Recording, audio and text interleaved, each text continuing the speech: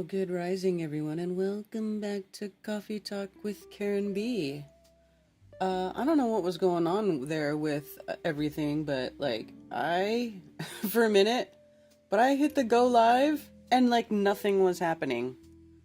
Nothing went live, but Streamlabs was telling me, OBS was telling me that I was live. However, there was nothing going on, so I hit end stream and then I relaunched it and then it worked, but that was weird. I've never had that happen before. I've never had it just not go anywhere. It was weird. Anyway, made it back. We have just gone past the summer solstice, so that's lovely.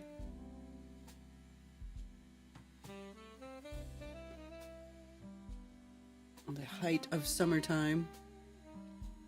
What's up, Commercial Sound and Video, and Pig Dog, and Gregory May, and Bin Netanyahoots, and Spicy Sarah, and Danny Smith, Vincent Loonman, Flat Farmer, Disciple of the Messiah, Iamion's Cat, Torano Suke Idu, and Billingtano. Good to see you guys there. Hello Rockfin, hello Rumble, hello Trovo, hello Twitch, wherever it is you're watching. Not Facebook anymore because I disabled Facebook, so I actually don't stream to Facebook anymore, so I'm sorry if you used to watch me over there. I don't think I got very many views. I'm also streaming to X. So, there's plenty of other places to watch besides Facebook, and there's actually other places to watch besides YouTube too, but most people refuse to leave YouTube, so that's fine. We'll just keep streaming there as long as they let us. As long as they let us. No DLive. I haven't streamed to DLive since they took everybody's shit away after January 6th. Because the January 6th thing was streamed on DLive. And we all watched it. I was watching it. I watched the cops let the people into the Capitol. It did not look like an insurrection to me at all watching it live. At all. Until all those that weird group got inside, and that Ashley Babbitt chick, and that whole freaking pile of nonsense. Right? And so then right after that, DLive took everybody's monetization. They made it, I don't know, I forget exactly what it was, but they did something where they basically punished everybody, not just the streamers who were streaming J6. It just became, and then it was oh, so DLive will censor everybody, not just the people who do the bad stuff, but everybody. They just punish everybody. Okay, well, I'm out. And I never streamed there again. So, Thunder Chicken, hey, Ion Donut, good to see you. Spent the solstice on the beach, nice. Yeah, I watched him too. Yeah, exactly. I'll send an eagle feather. We found some more this morning. Oh, cool. Seeing y'all yesterday. Did you guys hang out? Did you guys have a little meetup up there in Michigan? I guess they let Owen back on there. They kicked him for a while. Yeah, well, I don't know.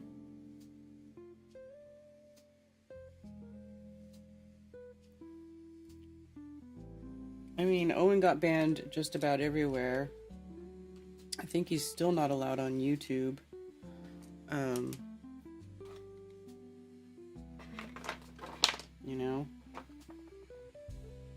I think the only reason I'm allowed on YouTube is because they bury me.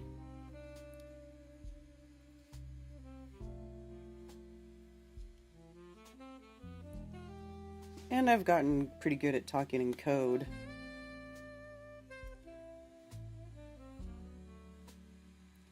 And I also don't really say a lot of stuff that I could be saying. Mostly because this is more of a lighthearted type of show here. Like, I don't want it to be super serious all the time, because everything else, like, the rest of the time is always really serious. So I just don't need extra seriousness. Sometimes I just want to talk. I just want to talk about whatever. And so yeah, that's what I'm doing. Missy and I drove out and we hung out on Lake Huron after grilling up some burgers and dogs. Nice! Never liked using D-Live anyway. I had actually completely forgot about it. Yeah, I don't really think about it much anymore either, because I don't know. I guess I probably could go back and start streaming there again, but I just felt like when they shut everybody down, like everybody, even people who weren't participating in that, I was like, yo. So it just made it look like to me like they were a platform that wanted to censor people. I mean, you know, not that YouTube doesn't censor people.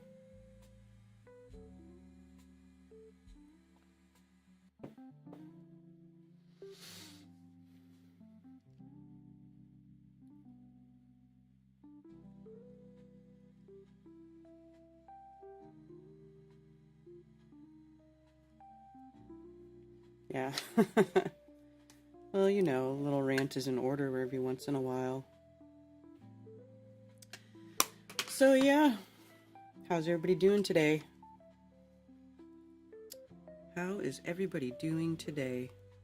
Let's put a little eyeshadow on.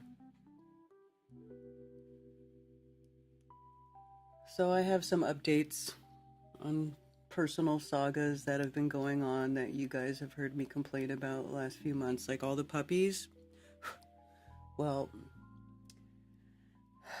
so Ted and I rescued this dog and her puppies, right? Because the neighbor, he was laid up, he was like injured, he couldn't do anything, there's a major storm, blah blah blah. She brought her dogs over, her puppies over here, we took care of them. Come to find out, you know, the owner is like seriously having serious back issues. Like he's gonna have surgery. He's actually scheduled to have surgery here in July. So he couldn't do anything, right? So we ended up just keeping the dogs and taking care of them, and I was able to find homes for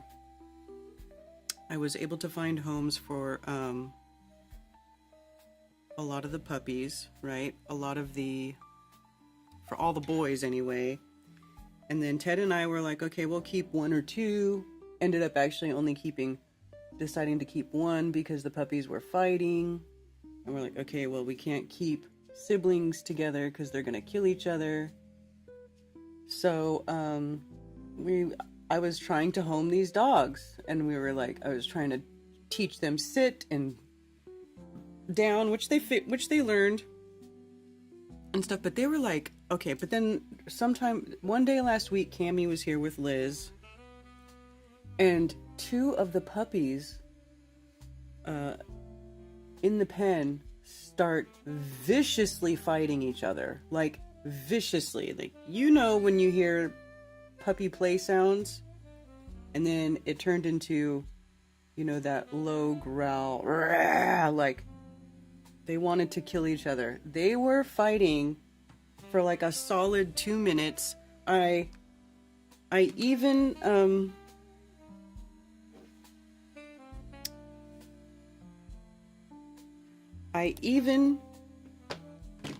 went and got the hose. Okay, so I was trying to kick them apart because I don't want to stick my hands in the middle of it.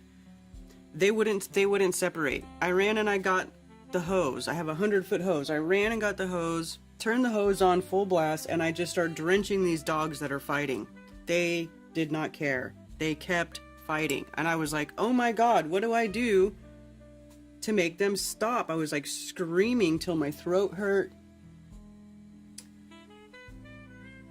Anyway, so they finally stopped fighting, and I separate the two dogs that were fighting.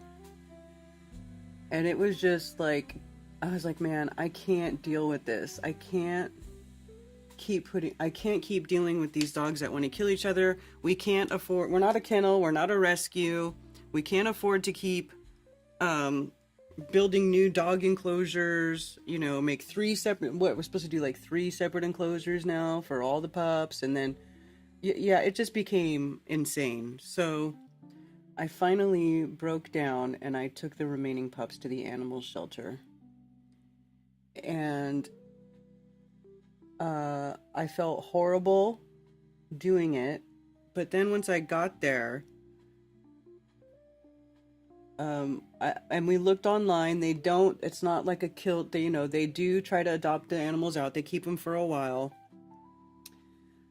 And their adoption fee is only $40, which is what I was asking. But when you adopt and pay $40 from the animal shelter, they're already neutered. They have their rabies shots. Not that I really care about the shots, but they're already neutered. They're given flea and tick stuff. Like, they do all that stuff. And then they adopt out the dog. So once I started looking at that, I kind of felt better. Like, okay, well, I have a better chance, I think, of finding those dogs good homes than I do, because nobody was answering Craigslist ads. Nobody was, and I couldn't get my stuff posted on Facebook, even before I disabled my account. I was trying so hard to post in groups to find homes for these dogs, but people wouldn't approve the post. Like, it's a nightmare. So it just became too much, and so I had to take the dogs to the shelter.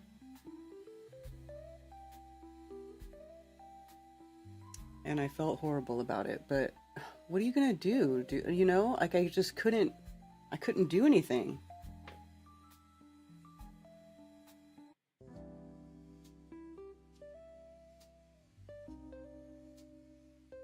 Nest with 2 babies? Ooh.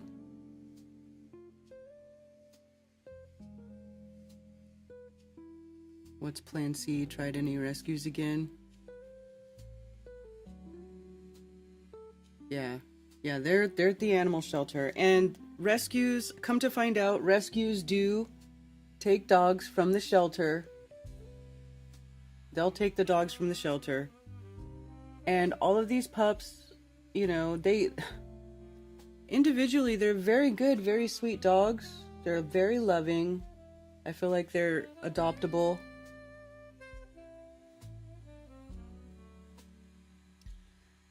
So I just feel like they now have a better chance to find a home, because it wasn't working for me. I was trying so hard. People, I was putting out Craigslist ads, and I'd get, stupid emails from people be like, I like this one. I'm like, okay, well, do you want to adopt the dog, or are you just sending me a stupid fucking email to tell me you like the way the dog looks? I mean, people are ridiculous, and I just don't have time for that. I don't have the resources to deal with that. So anyway, yes, we kept the 1 pup, and we still have the mama dog, and her owner actually came by here yesterday to visit, and that man he's in rough shape. He's on so much pain meds just to get around. He is really in a bad spot, so I feel bad for him. And we told him what we did, and he was like, well, you had to do something, Something had to be done, because, we were asking him, we're like, do you know anybody who wants a puppy? He didn't know anybody. We couldn't find anybody. Like, anyway. So yeah, so I don't have all the puppies anymore. It's in Ya's hands now. But they're good little girls. They were socialized by us. They were taught how to be on harnesses. They know sit. They know down. They're well-mannered. They were never abused, never treated poorly or anything like that. So they don't have any doggy baggage. So I feel like you know, they'll be okay. And they're not pits, you know. I I got the feeling from the animal shelter that, because they were, when I first walked in, I'm like, I need to surrender some puppies to the shelter, and they're like, we're not taking any dogs right now. And I was like, well, I'm desperate. I'm literally desperate.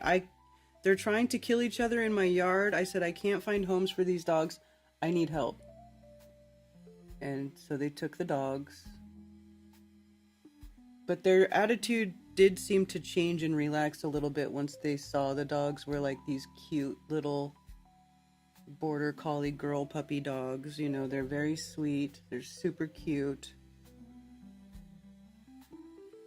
I feel like somebody will want to give them homes. So anyway, it is what it is. I did the best I could.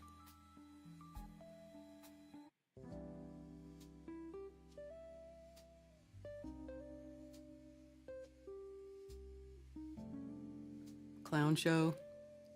Hi, Cammy. They will do a better job finding good homes for them. Yeah. Here in Germany, they even come on check on animals you adopt. Yeah. I don't know if they'll do that, but I think that they have a better chance of finding these dogs homes than I do, because it wasn't working for me. I did try. I mean, you guys heard me complaining about it for months. It was not for lack of trying. You know what I'm saying? It was not for lack of trying. So anyway, just say a prayer for the little pups that they find a good home. I think they will. You know, there's lots of country folk out here that would find value in those dogs. I just couldn't find them. They weren't looking at my ads, so, you know, so it goes.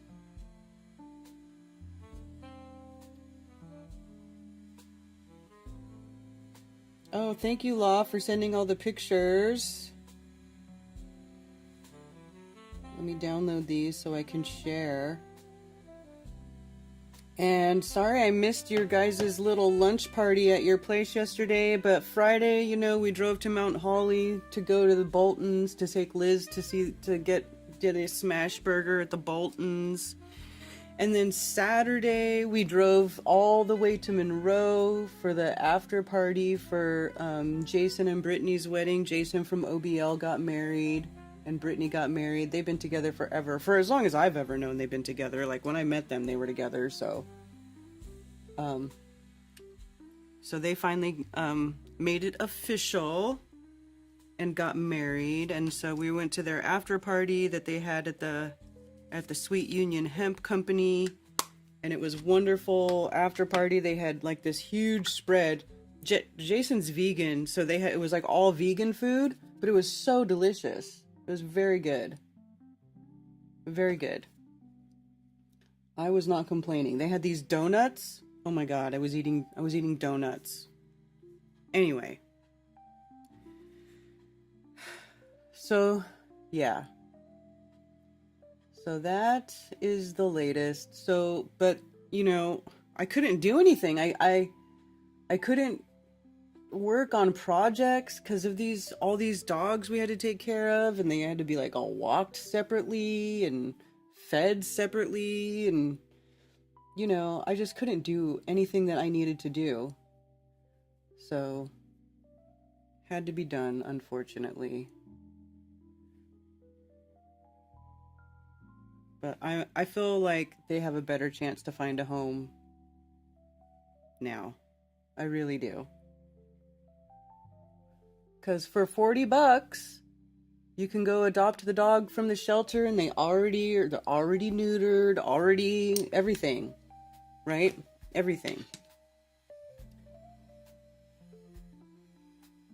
They'll get a rabies vaccination, which, you know, like I said, I don't really care about that, but that'll be done, and most people will be like, oh, look, the dog's ready to go. Cheap, $40. You really can't beat it. I mean, the Humane Society, one lady who adopted a dog from me, who took one of the males, one of this nice lady that showed up to get one of the male pups a couple months ago, said she was trying to adopt from the Humane Society, and they wanted like $400 or two or four hundreds of dollars for a dog. And I was like, wow. So she came and got one of my pups. And that dog is a emotional support animal for a young girl.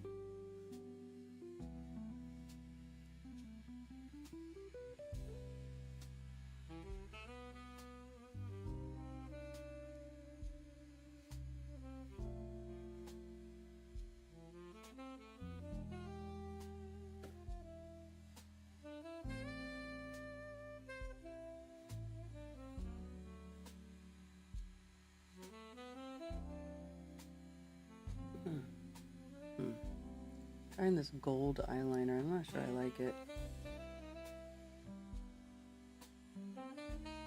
for this application.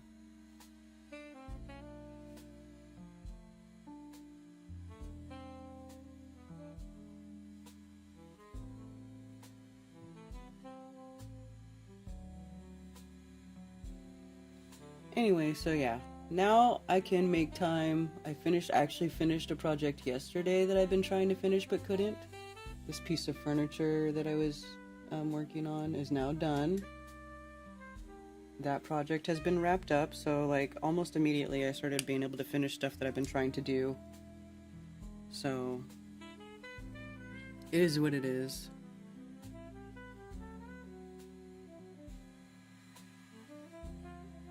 Both internet and backup internet are down at your house? How's that?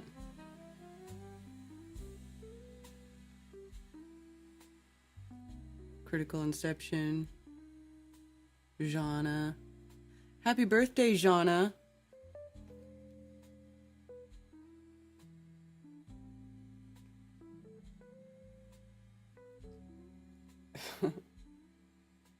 Dr. Law says, happy 47th birthday, Jana.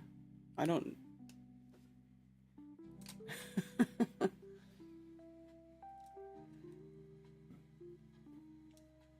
So there's that. Yeah, I felt horrible, but at the same time, it was relief. It's a relief. It's a relief.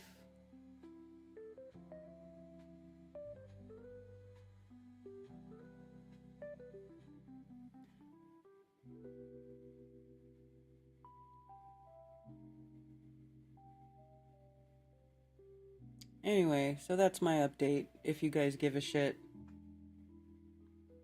Maybe most people don't, but there it is.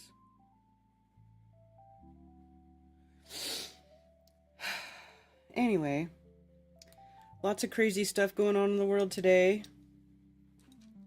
Have you guys been following the Iran, Israel, USA debacle? Apparently, from what I was hearing, Iran was just spanking Israel. So then they go around begging everybody for help because that's what they do. And so the president decided to go ahead and send some B-2 bombers in there to try to bomb their nuclear facilities, although allegedly they really didn't do much damage, because this nuclear facility that they were going after is like deep underground, like many meters underground, and they're claiming that not much damage was done. Well, Iran says not much damage was done, but then the US is like, we destroyed their nuclear facilities. But I don't think they did. You know, there's a lot of misinformation. You know how it is when there's like hot war. It's like, how do you even really know? How do you verify anything that goes on? You know, how do you know what's real, what happened, what didn't happen? Everything's just so foggy, you know? And then, like, Israel put like a media blackout. There's a media blackout. They didn't want anybody reporting on anything or sharing about any of the damage that's been going on. I mean, you know how it is.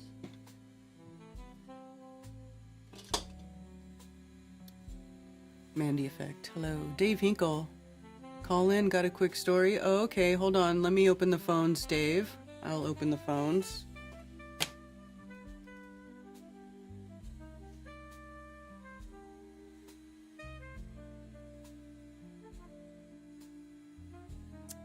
Alrighty. So, yeah. The fog of war, yeah. Hello, Scrotal Xerox. Late like a latte.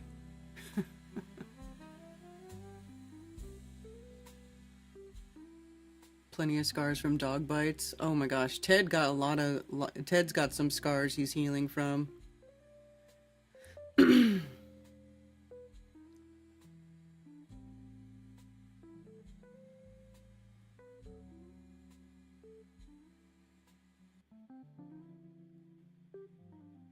Nemo and Sally arrived in town.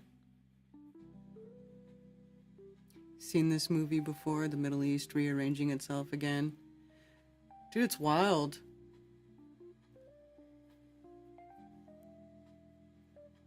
Iran, though, allegedly is not backing down at all.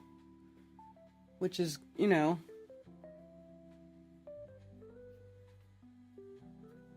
that's good. Because somebody needs to teach Israel a lesson. Thank you for calling Coffee Talk. You're on with Karen B. Am I really on with Karen B? Yes, you really are. This is reality where the water doesn't curb. Are you sure? Yes, I'm positive. Okay. All right. How's it going, Karen? Good to speak with you again. It's good. How are you? Good. Got a quick little event that happened in my life. Be as brief as possible. That about a month ago, actually May 27th, to date, I'm going about my day-to-day, which I do grocery deliveries, and just had loaded a grocery order in my car, went to back out of my parking spot, and next thing I remember is I woke up in the emergency room at the hospital. What? Massive heart attack. I'm on my back in the parking lot for 15 minutes with my heart not beating. And somehow I'm still able to come on here and talk to you. So that's what happened to me. Holy smokes, Dave. So and what? I've got a new little, I'm like the Terminator, got a little machine in my chest to help my heart start stay in rhythm now. So. Oh, like a pacemaker? Yeah, defibrillator, whatever you want to call it. They put it in at the University of Louisville. I hope those guys know what they're doing. There is some science behind this dealing with the heart and electricity and everything, but I won't go into all that. But oh yeah, my spark of life was extinguished, and maybe it was divine intervention, because I'll tell you another little caveat. If you're going to have something like this happen to you behind the wheel, here's what you need to do. Back into a barely tap in a parking lot, a certified nurse that knows CPR and knows to drag your ass out of the car and start CPR. Wow. So that's the only reason I'm here. She immediately started compression. They hit me with the paddles for like 15 minutes. They were getting ready to give up, and here I am talking to you. It's like God's the ultimate troll. He like turns out the lights and then turns them right back on. So anyway. That's amazing. That's all I got. I'm just happy to hear from you. I'm so glad you made it. I wish I had a cool story from the other side, but how would I verify it anyway? How would you not have believed me? Well, I was somewhere for 15 minutes, and then suddenly I'm back in this meat suit. So I don't know what happened. Anyway, so the Earth is still not a spinning ball. I know this anyway.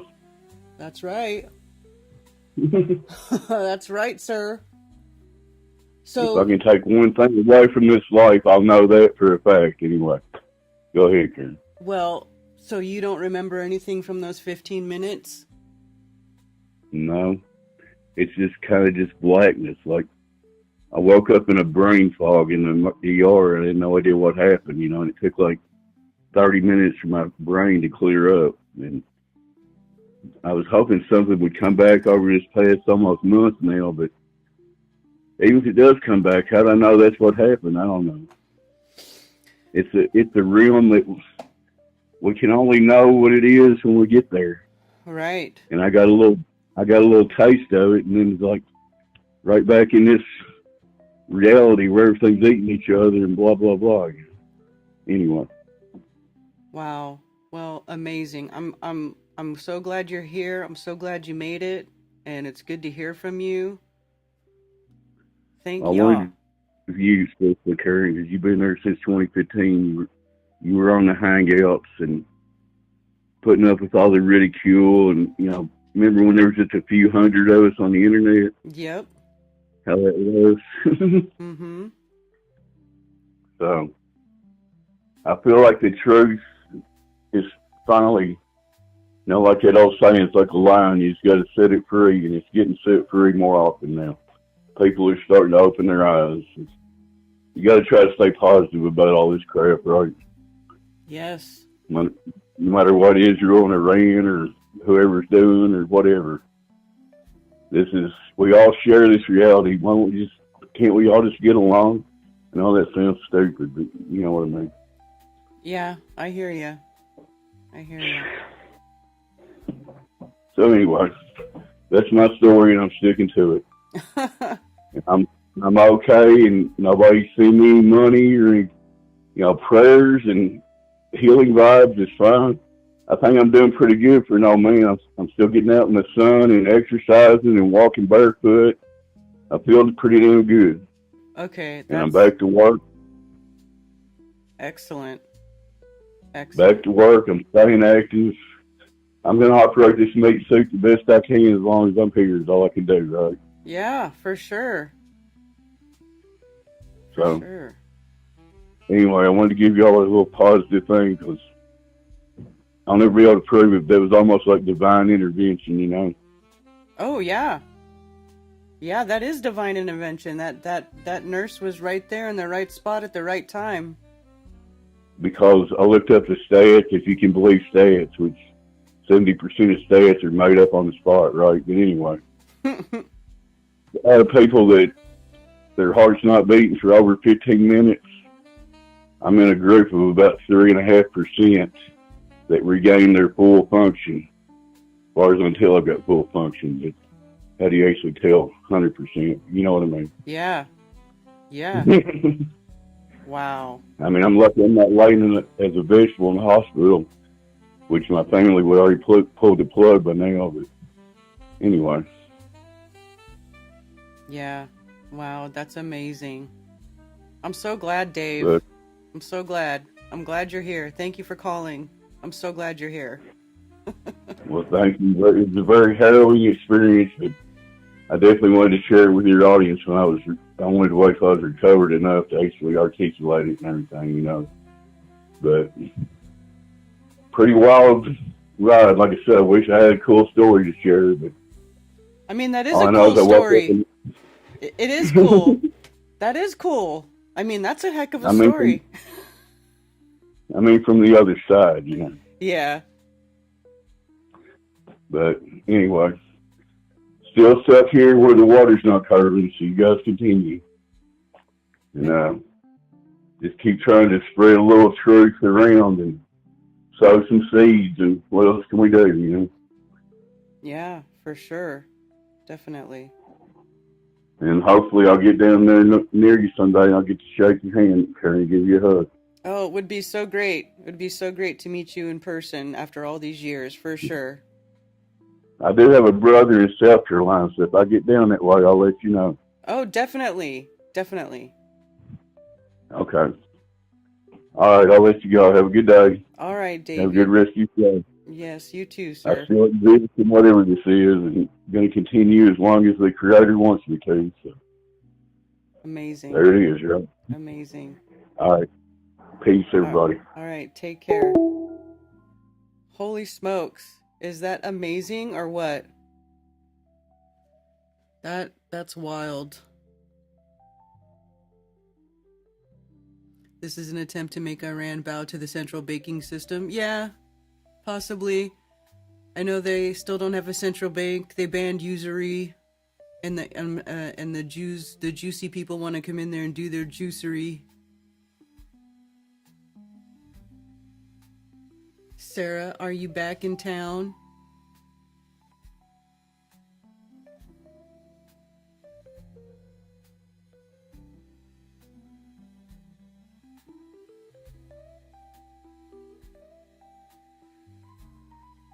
Does everyone in chat in shot know how to perform CPR? I took a CPR class. I was certified for a while, but that was many, many years ago. I would probably have to get a brush up on CPR. But I know I did take CPR and I was certified there for a little while.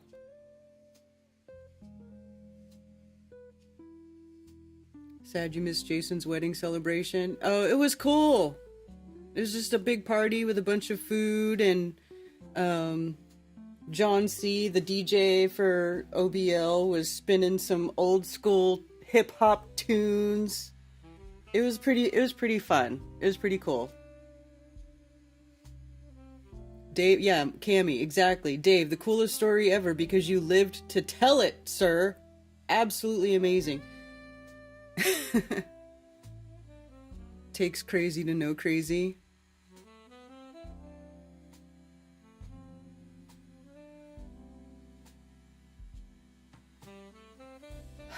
Just amazing. Amazing. Hey, Raised by Gypsies over there on Rockfin. Good to see you. And if there's anybody on Rumble, I don't know. I don't see anybody on Rumble, but there you go. And wherever else you may be watching. What do you need it? You remember CPR? Well, for me, it's probably been close to 20 years since I took that class and learned CPR, and then I didn't ever like practice it. It's not like I wasn't refreshing that, you know. So I would think that I think, in my opinion, it would be best to go ahead and get a refresher on that. But I mean, you don't forget really the basics, like the chest compression and like where you do the compressions is like between the nipples. If I remember correctly, you can correct me if I'm wrong. Certified in CPR, but I think it's lapsed by now. Oh yeah.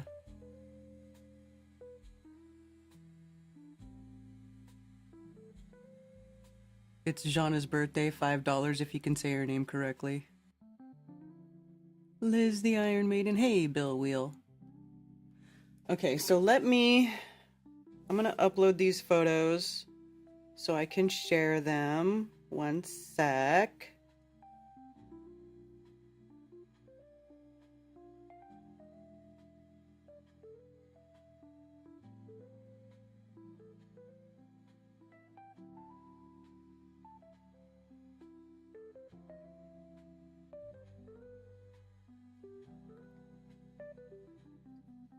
So Friday we went to Bolton's Grill. Bolton's of the one that where you used to see the commercial on Strange World every week when I was hosting Strange World. Run by Lee and Jenny Bolton. They're like this really awesome couple. They're super cool. Anyway, we wanted to take Liz there so she could. So here we are. Ted, Zach, there's my son. Critical Inception. Let's see.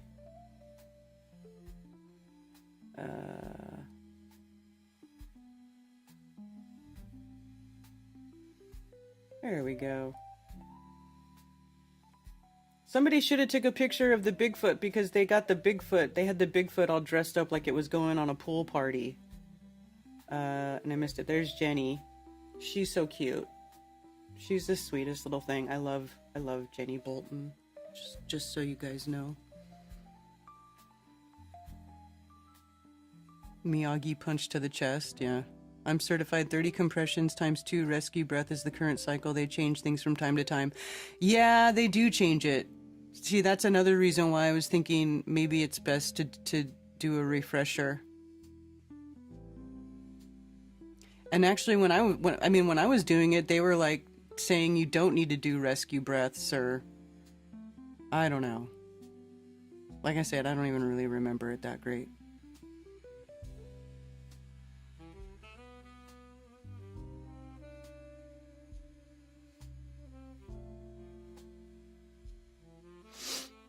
Spicy Sarah, are you still at the beach? Because Liz is going to be leaving this Thursday. So we may have to have one more little get together. One more. Oh, see, Billingtano, so they do say now you don't need the rescue breaths. See, that was the thing. I was like, so you don't need to do the rescue breaths? you know, I don't know. Who knows? And then here they are at Law's backyard Benihana setup. If you go to Law's house, you sit at this little Benihana style table, the cooktop, and he cooks everything. He does all the tricks. He's like, it's super awesome.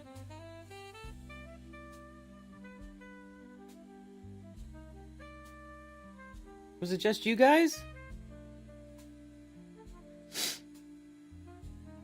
Oh, and then another thing that happened, there was a little skunk hanging out in my drain pipe. This is a picture I took of it in the drain pipe. I was like, please don't let me have to deal with this animal. I hope it goes away on its own, and it did. I was hoping, because it was very small, it's young, like a juvenile, and I was like hoping I didn't have to try to rescue a skunk and possibly get sprayed. So I didn't. It went away during the night, and so thank goodness for that. Leaving on a jet plane. If someone is down, anything is better than nothing. Hey, Scooter. True dat. True dat. Spicy Sarah, we are home. Yes. Yes. Yes.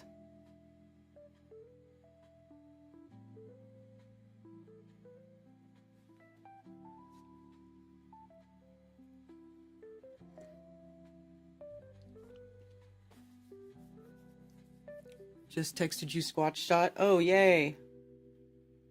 Thank you. Because it's super cute how Jenny had how she had the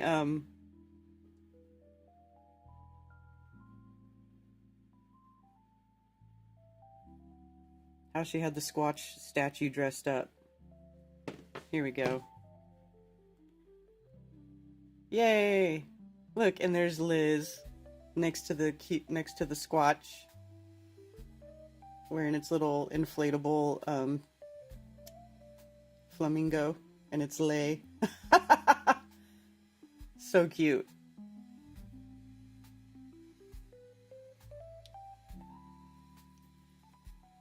Oh, and I was able to finally give the sign I made, I gifted the Boltons another little thing, because they have, at their restaurant, they have 2 bathrooms. One bathroom is Flat Earth theme, and the other one is Sasquatch theme. And I already gave them something for their Flat Earth bathroom. And so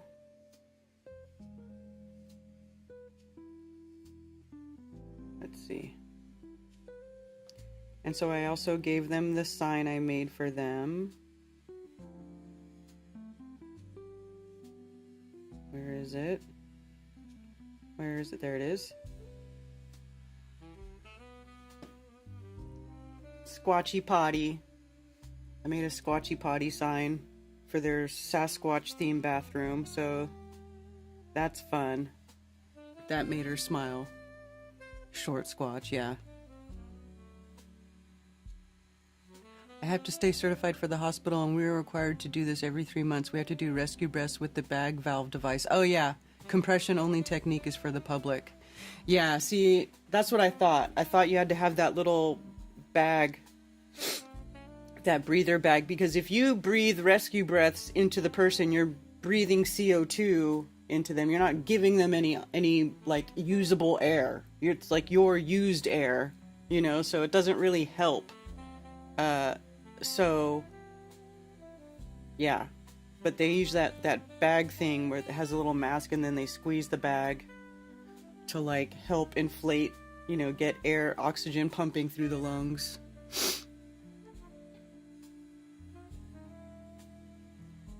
They gave us a mouthpiece after we got certified. They also taught us how to use an AED, which was good. Is that a defibrillator? Yeah, I learned how to use a defibrillator, how you put like one paddle on the heart and one under the armpit, like over here on the side. You have to like, before you zap them. But the water level is stationary in the flat earth bathroom, of course. Of course.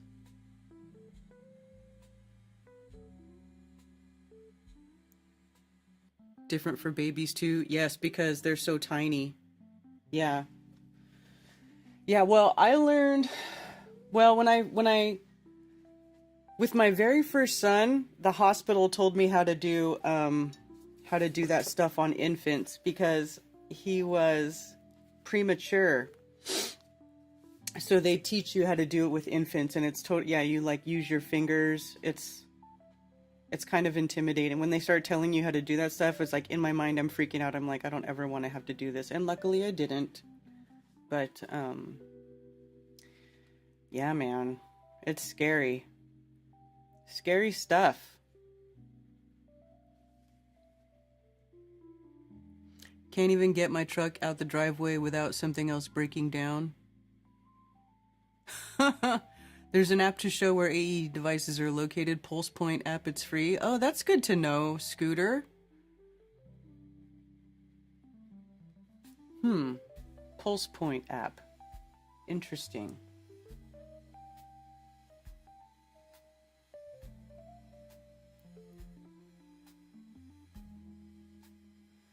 So, I have on my screen here some miscellaneous headlines. If you guys see anything up here that you, in particular, that you would like to look at, we can look at it.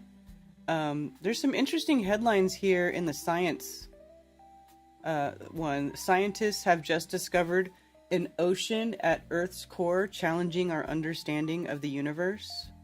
An ocean at Earth's core. What do you think about that?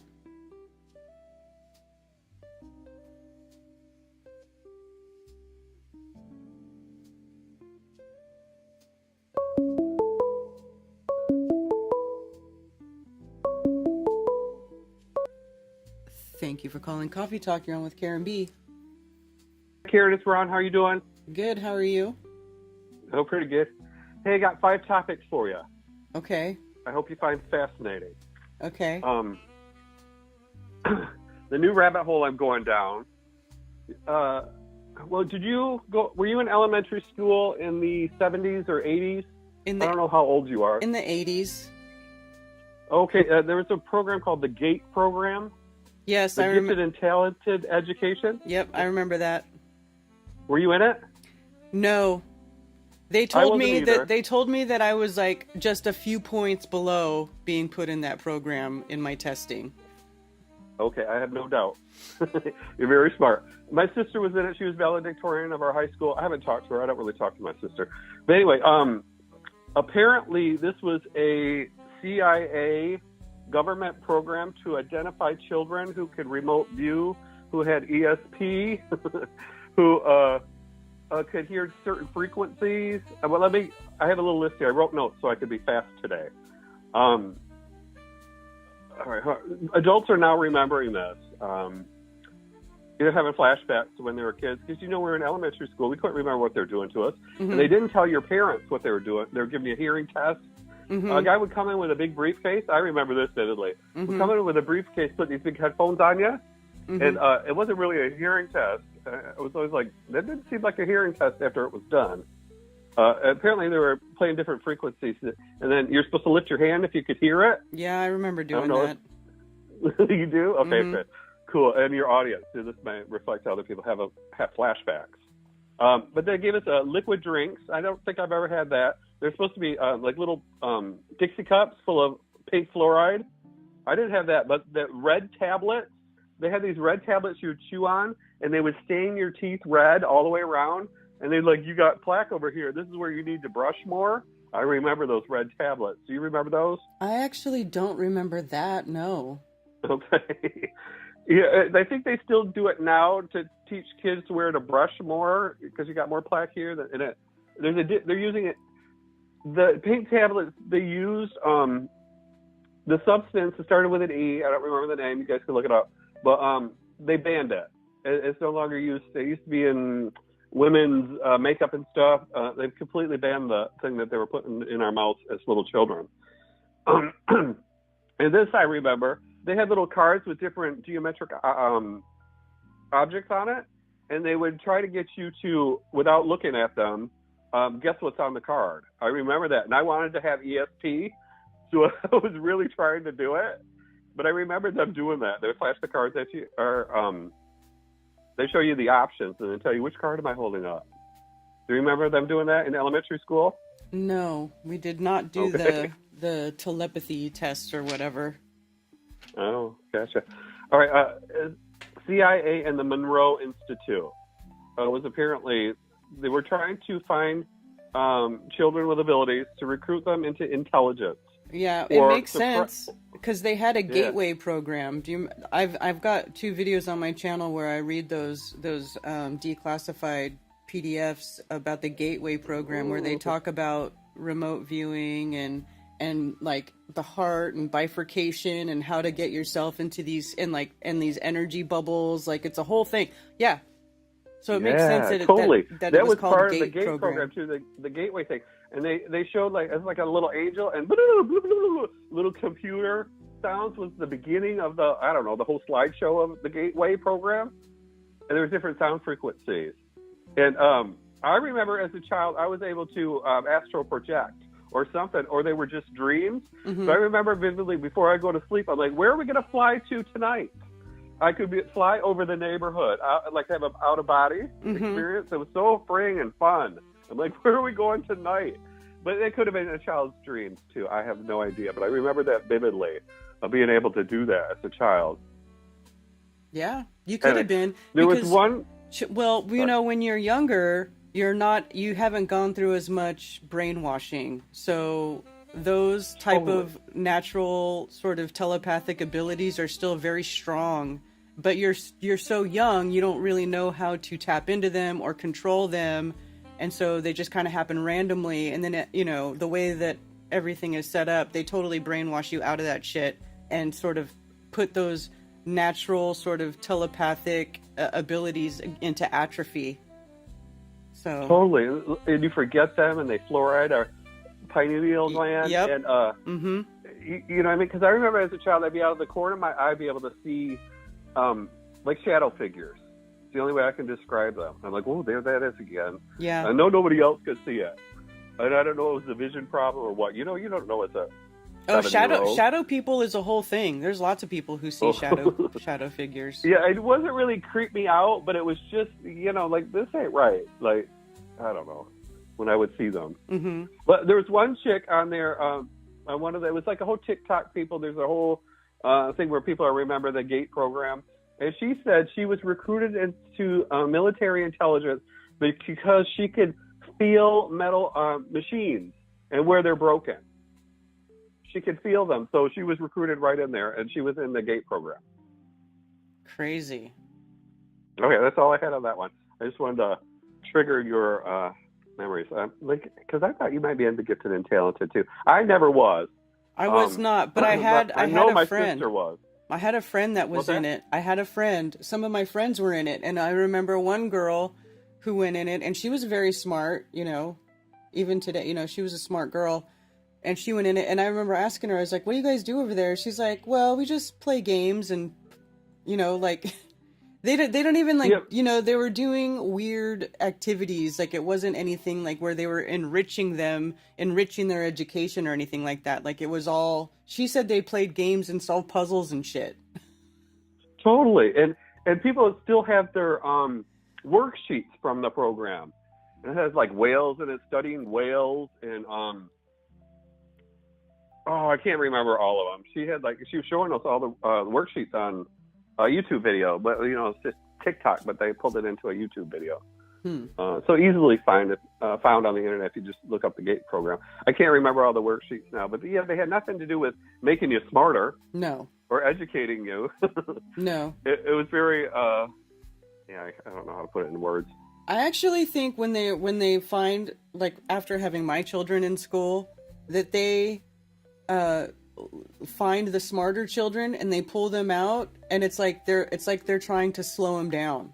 You know what I'm saying? Like they're not giving them anything to enrich them or challenge them or like foster that natural, ability that they have. It's like they pull them out of regular school and they make them do dumb shit just to like slow it down without them realizing that, without, it being obvious that that's what they're doing, in my opinion. Yeah, I think that's totally true. To find a gifted and talented as someone with abilities and then suppress it. But the ones that they can't use, you know what I mean? Mm-hmm. But the one that they can use, they recruit into intelligence. Or who knows, maybe those children, certain children get put into some sort of database, and then later on they go find them and try to recruit them for certain things when they're adults, Who knows? Who knows? Yeah, or suppress them for life, kind of watch them, make sure they're not having influence on the public for them to rise up, or, you know what I mean? Right. That's why I think a lot of flat earthers may have been in this program too, and we're having flashbacks from remembering stuff that was done to us as a child. My mother was pretty much a Munchausen. There was nothing that the doctor couldn't say she wouldn't take me to. I've had more orthodontic work, dentist work, more fluoride stuck into me. She was like, 6 months, another tooth cleaning. She's like, sign me up. Oh, braces. It was like a status symbol. My kids got braces. Yours doesn't. It was all, my parents were kind of country folk, and they're very trusting of what the doctor would say. I had 7 years of allergy shots from a doctor called Dr. Stone. And then as an adult, I realized some of these allergists are actually working with the CIA. I was getting injected in both arms for a while. Then they changed it over to a slow green pus that they would squirt into my arm. You know what I mean? Just like vaccines, where they're trying to put dead vaccines into you so you build up an immunity to it. Sorry, I can't talk. It's just like that with allergies. If you're allergic to ragweed, they're going to squirt you with ragweed. If you're allergic to cats, you know what I mean? They're going to put that in the shot. That was the theory behind allergy shots, which doesn't work, just like vaccines don't work. Anyway, where was I going with that? It was just like the parents were so trusting. Mm-hmm. You know what I mean? They didn't know the CIA Monroe Institute was giving your child hearing tests. They had no idea this was going on. Yeah, and the Monroe... I talked to my father about it yesterday. And the Monroe Institute is the one that does a lot of stuff with, like, binaural beats and stuff.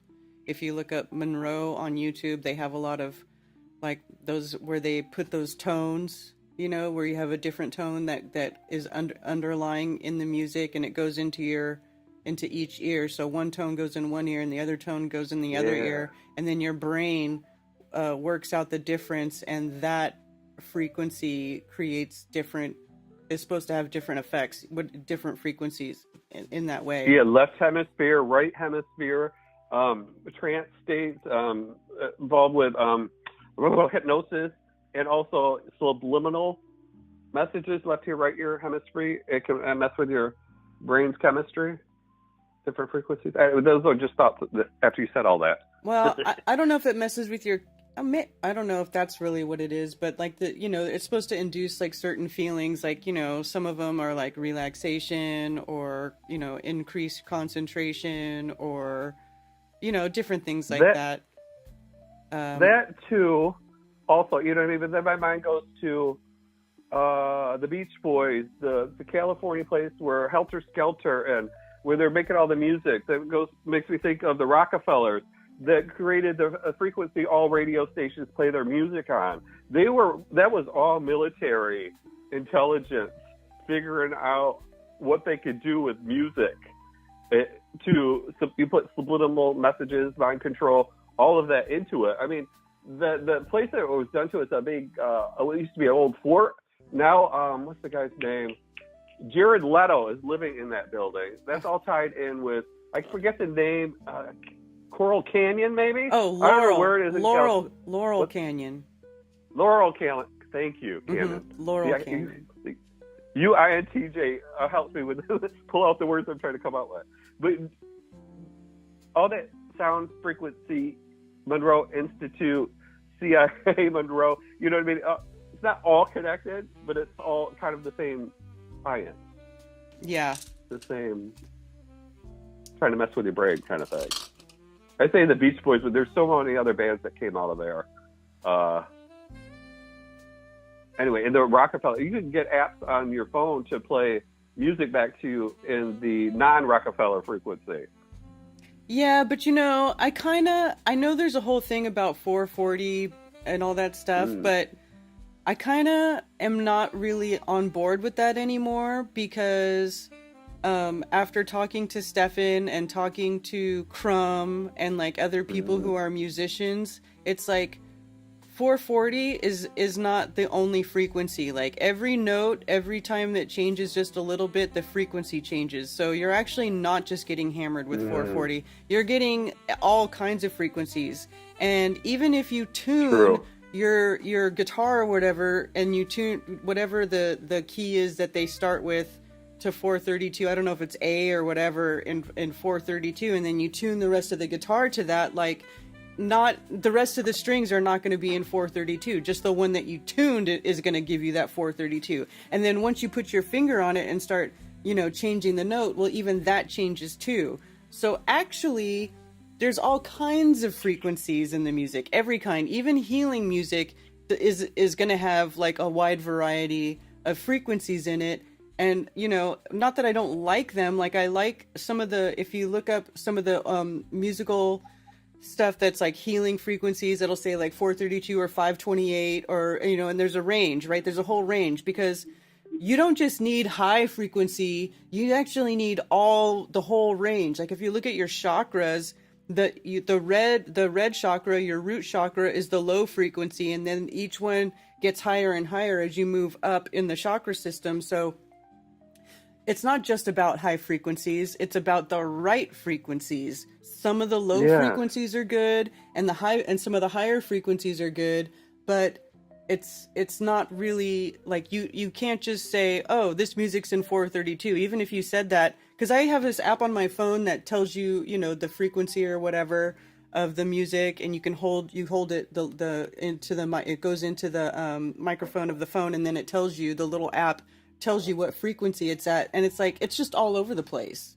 It's all over the place. There's like a base frequency, but then you're just getting all of them. So while I do think there is something to the programming in music and like the whole, there is something to that, I don't think that all music that's tuned to 440 is necessarily damaging. I just don't think that anymore. Yeah, and I don't know enough about it to argue the other side of it. It's just interesting that the Rockefeller got to select it, kind of, and that all radio stations, in personal experience, I used to listen to music all the time. I loved it. I cut it out of my life completely. Because I noticed when I would drive to Lansing, I would listen to all my favorite music. It's all very sad, very lyrical.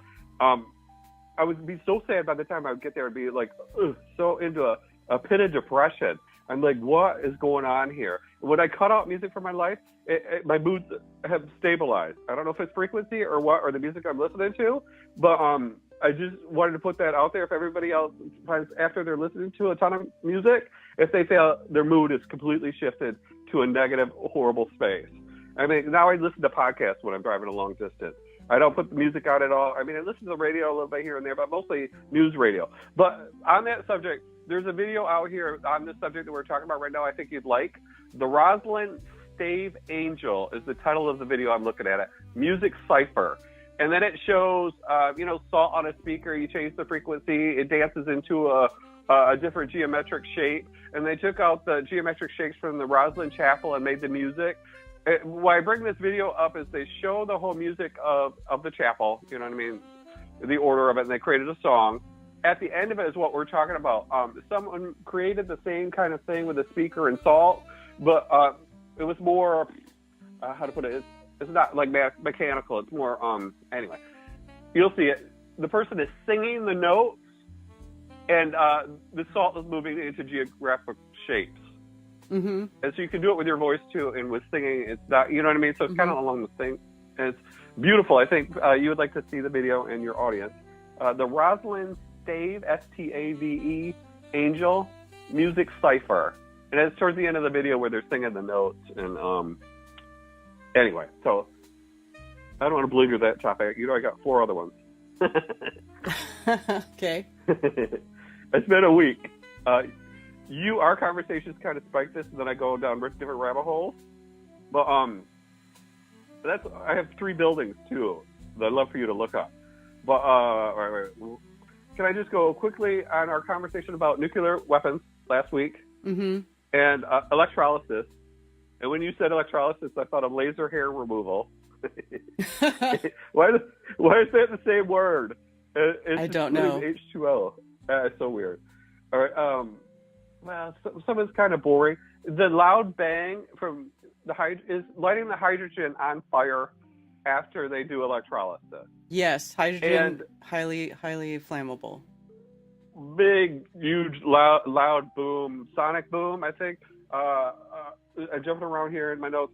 The Hindenburg, when it blew up, you know, they talk about the big blimp, the hydrogen blimp. Yep. It created water when the thing blew up. It did produce water. Hydrogen and oxygen gas reaction, a supersonic shockwave. It created that. All right, that's another thing I want to get to yet. Now I'm jumping around out of order. But I want to know that Big Bang. I've watched people in their backyards doing electrolysis and then lighting the hydrogen on fire. So I've seen many of the videos like that, and then seen it done in a lab and professors doing it in front of their students. All of that's out there on YouTube. Very fascinating. Learned about heavy water, deuterium. I can't say the word right. Heavier isotope than hydrogen. They attach that to water for reactors to slow down the reactions so they can get more interactions, make the uranium neutrons colliding the reactor more efficient. Let's see. Very fascinating. I asked Siri, this is an important one. What they do with a nuke sub after they do electrolysis and they get the oxygen out. I asked them, Siri, what do they do with the hydrogen? And this is what it came back with. You know, she's not AI or anything. It said it burns it and turns it back into water. It is done on the fake ISS as well. And I've heard from many scientists in other videos, you cannot make water. You cannot light it on fire. It's too explosive, and change the hydrogen back into water. They've tried. If they could, they would. Yeah. But Siri said they're doing that on the ISS and in the nuclear submarines. Right. Yeah. But as far as I know, you can't. You can separate a water molecule and get oxygen and hydrogen, but there's no way to put it back. We can't put it back. Yeah. You need a spark to put it back, and then you have to add back the oxygen, and that's so explosive that they haven't found a way to do it yet, or that maybe that's top secret. Like I said, I'm not for sure if they're nuclear submarines, if they're using that hydrogen to propel the thing, and it's top secret. I don't know. It's just a thought, just a random. Maybe they're doing that. But you're right. Nuclear power plants are real. Bombs might be fake. I totally agree with you. All right. And the basic things to dig up the uranium, clean it, and spin it to the U-235 for bombs. It's basically that simple. And we talked about why the uranium glows green. I think it actually grows, well, it's under ultraviolet light, it glows green. But I've seen that Penn State has a reactor, and it glows light blue. Yeah. Very beautiful. And this goes into my next thing, sort of. Okay, all right. So Penn State has a reactor. It's not producing electricity. They're just kind of using it for testing, I don't know, for their students, whatever they're using it for. The video of it showing the startup of it online, Penn State nuclear reactor. But apparently all of the tech giants got Trump to sign Stargate, which they want to make many nuclear reactors, small ones, all over the place to feed AI. Yeah. To feed AI's electrical needs. Yeah, apparently that's the processors require so much power they want to have nuclear powered AI plants. Yes, Arab small ones everywhere. Yeah. And Sean Ryan, Sean Ryan, ex-SEAL or something, CIA, I don't know what his job was. He has a podcast out there. He had the guy on there who got Trump to sign it, is where I heard from it, about it. If anybody wants to look at that, Sean Ryan, he has some amazing podcasts of people, and anyway, I won't. That's where I heard it from. And then also a new program, EIC, Executive Innovations Corp. They just, the military just assigned 4 people from Palantir, OpenAI, and Meta for this new position to help the military out with AI. It's called the EIC, Executive Innovations Corps.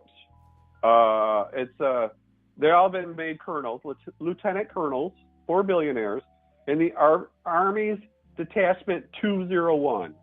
It's called EIC, Executive Innovations Corps. Good thing I wrote notes, right?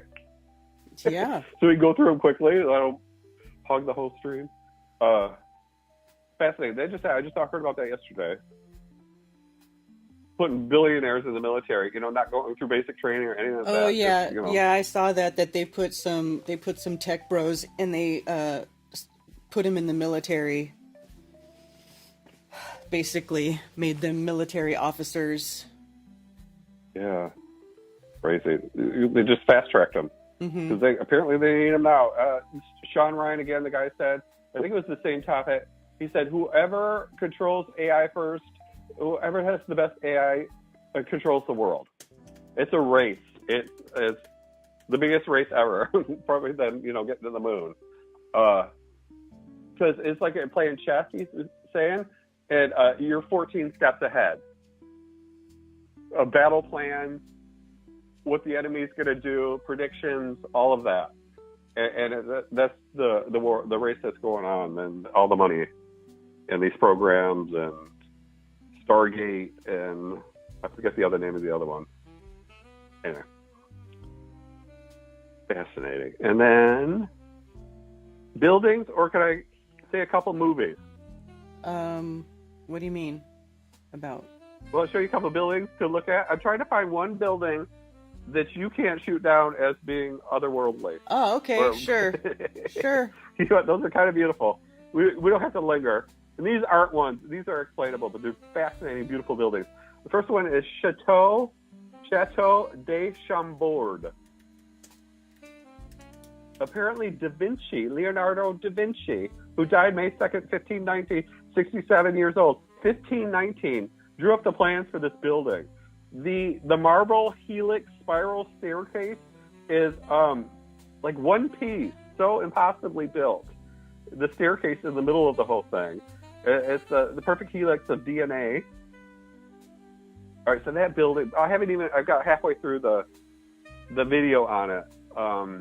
Found out it's built on marshland. There's a building underneath it. They built on top of it. When it was built, just the sheer size of it, and it flooded at one point. It was like all the way up to the sides of the building. Anyway, it's just a beautiful, old worldly kind of building I didn't know existed. Interesting. Yeah, there's a lot of the chateaus in France. Yeah, there's a lot of these. Yeah. This one was a French king, and he had other chateaus. He had one with a spiral staircase, the same exact one that was built into the side of the building, not in the middle like this one is, but where you could walk around and see outside of it. They showed that in the video, too, that I was watching. Like I said, I'm only halfway through it. It's in my watch list. Wow. All right. Two more statue, if you haven't seen this one. The Motherland Calls Russia. Have you seen this statue? I don't know. The Motherland Calls Russia. Beautiful, beautiful woman. Like our Statue of Liberty size. I didn't know it existed. they show they have scaffolding of how it was built. It's on the line of, how they do it kind of thing, but it could be man-made. I've had your stream pause, so I can't see what you're pulling up. Did you find it? Yeah. Cool, isn't it?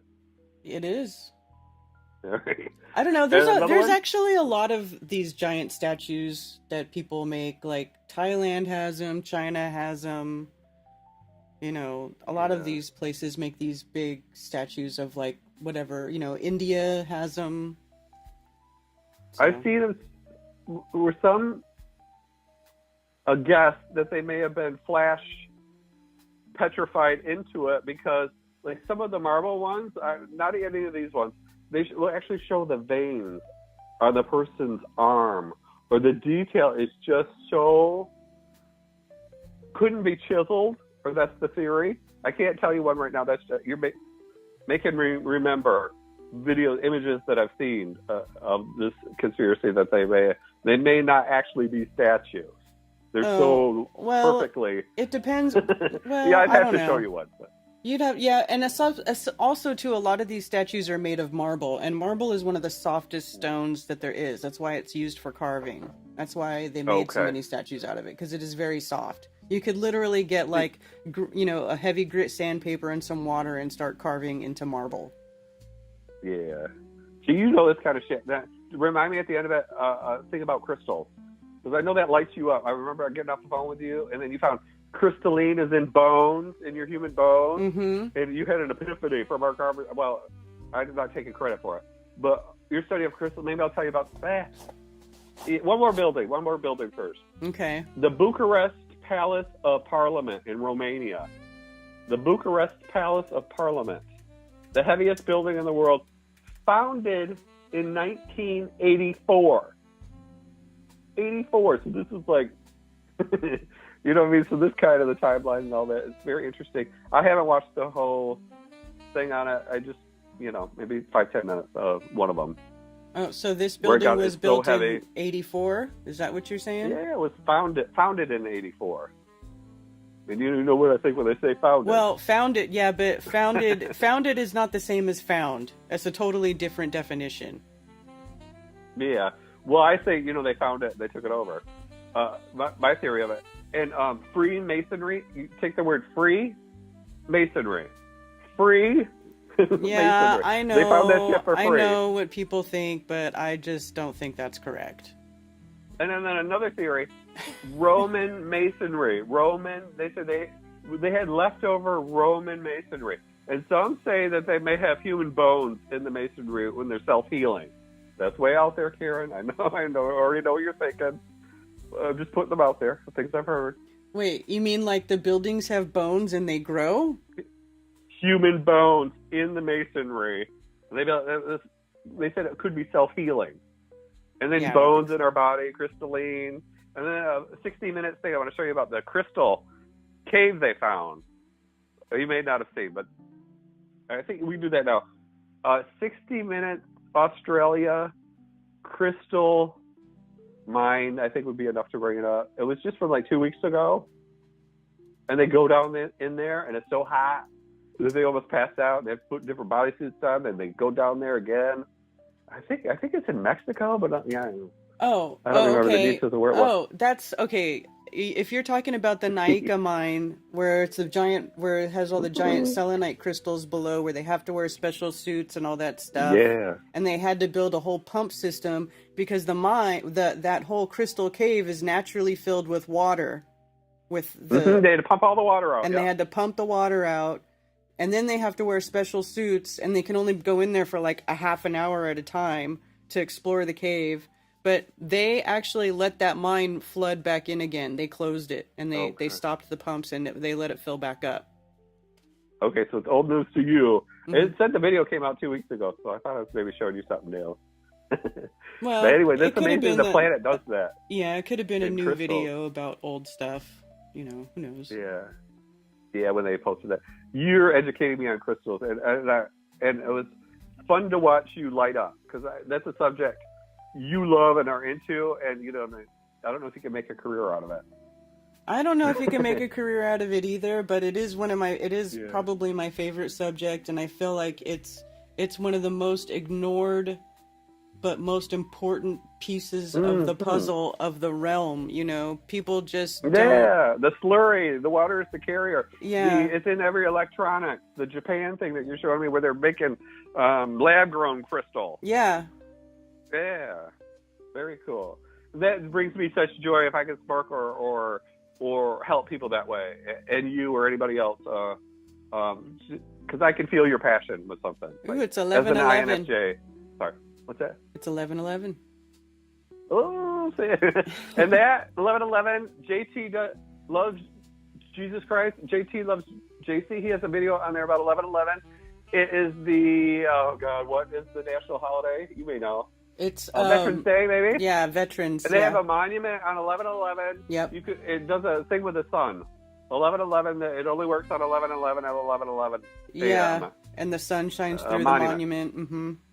Yeah, you see that too. Yep. It's nice to be able to talk to someone who knows just about everything you're talking about, like everything I'm talking about. All right. This one's for Mark Sargent, if he's listening. He was so good on Strange World last week about vacuums. Oh my God, no, where did I write it? Oh, the Bifor dolphin incident, and just about they were down at the bottom of the ocean, how they got sucked out and their bodies split in half. I know he loves shit like that about vacuums, and this was an incident that happened. He probably already knows about it, but it was just so gruesome. The guy was sucked through the hole and split in half. Oh, anyway. Wait, what was and this? Then the Bifor dolphin incident. I try not to bore you. I'm talking fast. They're at the bottom of the ocean, and I forget what they were doing down there, but they would drop another thing down there, and they would have to kind of like the space station, vacuum it out, make it equilibrium so they could go in there, and they didn't latch a door or something properly, and so it wasn't equalized, the pressure, and it caused the incident, and people died. I think one of them survived. He was just knocked to the wall. He survived, but the other two just dead instantly, and one of them was sucked through the hole, and his body was folded in half backwards, if that creates a visual. Oof. And all you saw was a liver on the ground or something that was left from him. Sorry, it's too gross. But I know Mark loves that shit about vacuums, and he already knows about that. Mm-hmm. And then next week, I already saw the thing for A Strange World. They're going to have the Founded Earth Brothers on there.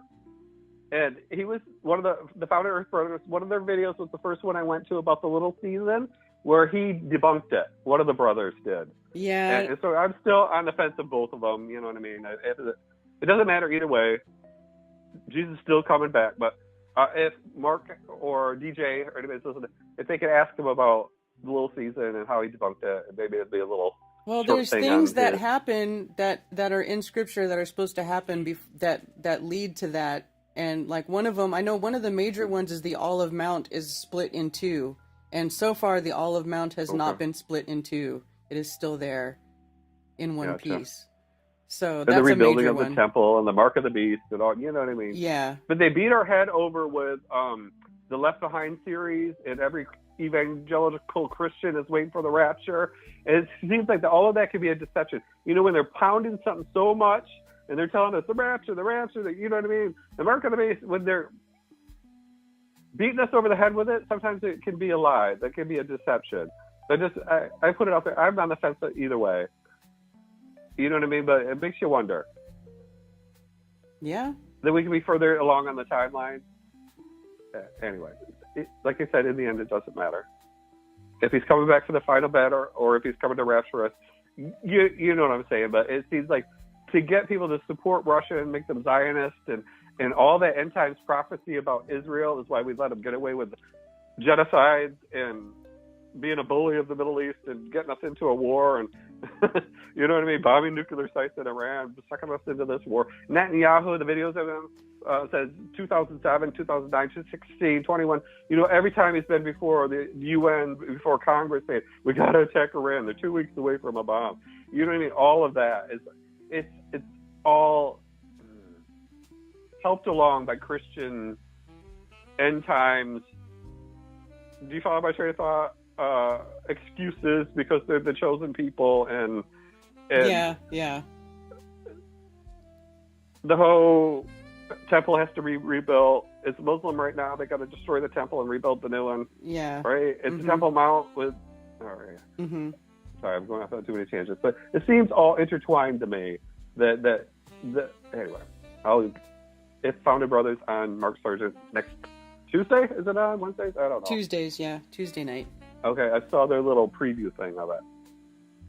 And then lastly, because I'm probably driving me crazy, I can be overwhelming with the information, but it's what I do for people that I like. It's information bombing. INFJs call it. All right, the two movies. I'll try to be quick. They're both free on YouTube, I believe, right now. Tell me if you've seen them before. Nefarious. Have you seen this movie, Karen? Nefarious. Is that's the guy who's in prison and he's like says he's possessed by the devil or something? Or a demon talking to an atheist. By a demon. Yeah. Yes. I did watch that movie. I did. Oh, okay. So you see, I thought the writing of the the greatest explanation of the battle between God, Jesus, angels, and the devil and demons. It just kind of explains why the demon explains to him why they're jealous of us. God loves us more, the human beings, rather than his angels or the fallen angels, and that's why the devil does shut to little kids. The most innocent, because that hurts God the most. Yeah, I actually thought that movie was very, it was creepy and it was kind of depressing, but I also thought that it was very well done. It was well thank written. you. I thought you were going to hate it. No. Then where's my... I was just surprised. I was just surprised they produced R-rated a movie. You know? Yeah, that they produced a movie where they basically tell every woman who's had an abortion that they're voluntarily sacrificing their child to the devil. Yeah. Because the babies can't scream in the womb. And all of that, very graphic, but, you know. Yeah. Where are you on that? I don't want to offend you. Okay, what's the other one? Okay, sorry. Yeah. Pi. Have you ever seen the movie Pi? You know, the number Pi? Oh, yeah. 3.14?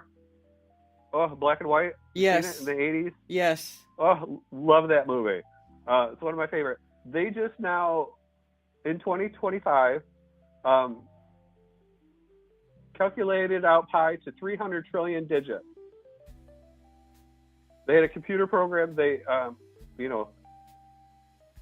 calculated out to 300 trillion digits. Why? In the movie, they're trying to find the pattern in pi. Oh, okay. Number 216, remember the movie? So it would be the name of God.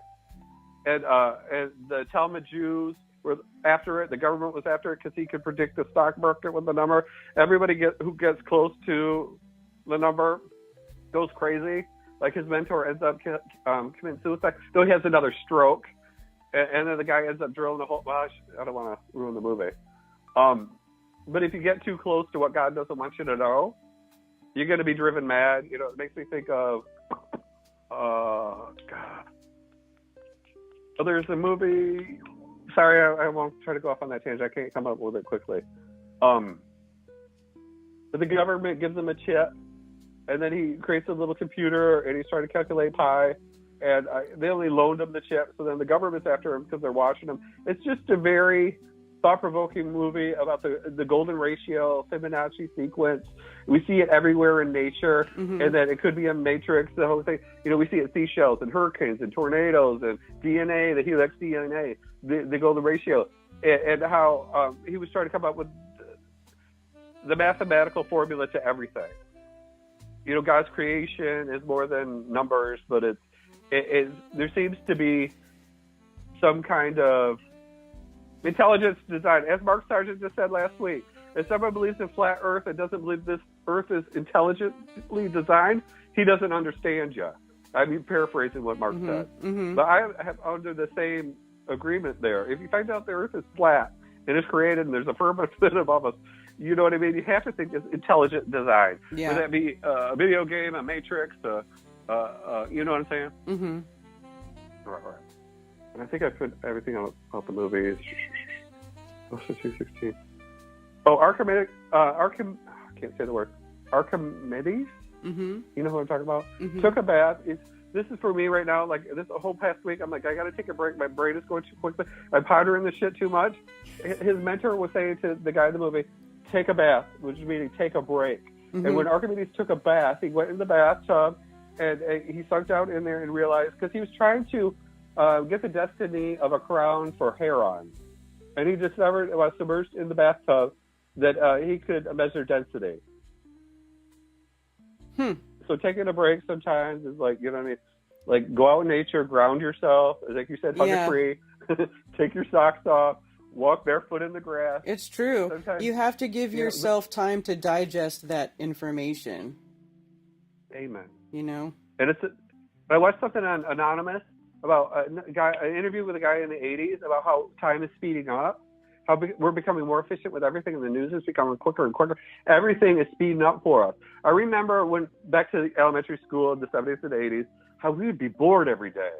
I'm like, oh, life is so boring. And now at 56 years old, I'm like, everything is going too quickly. Yeah. It's like I want to be bored. I know, I'm almost never bored. You know, once in a while. Yeah. Like, I know you feel it too, because you were saying, I'm so busy.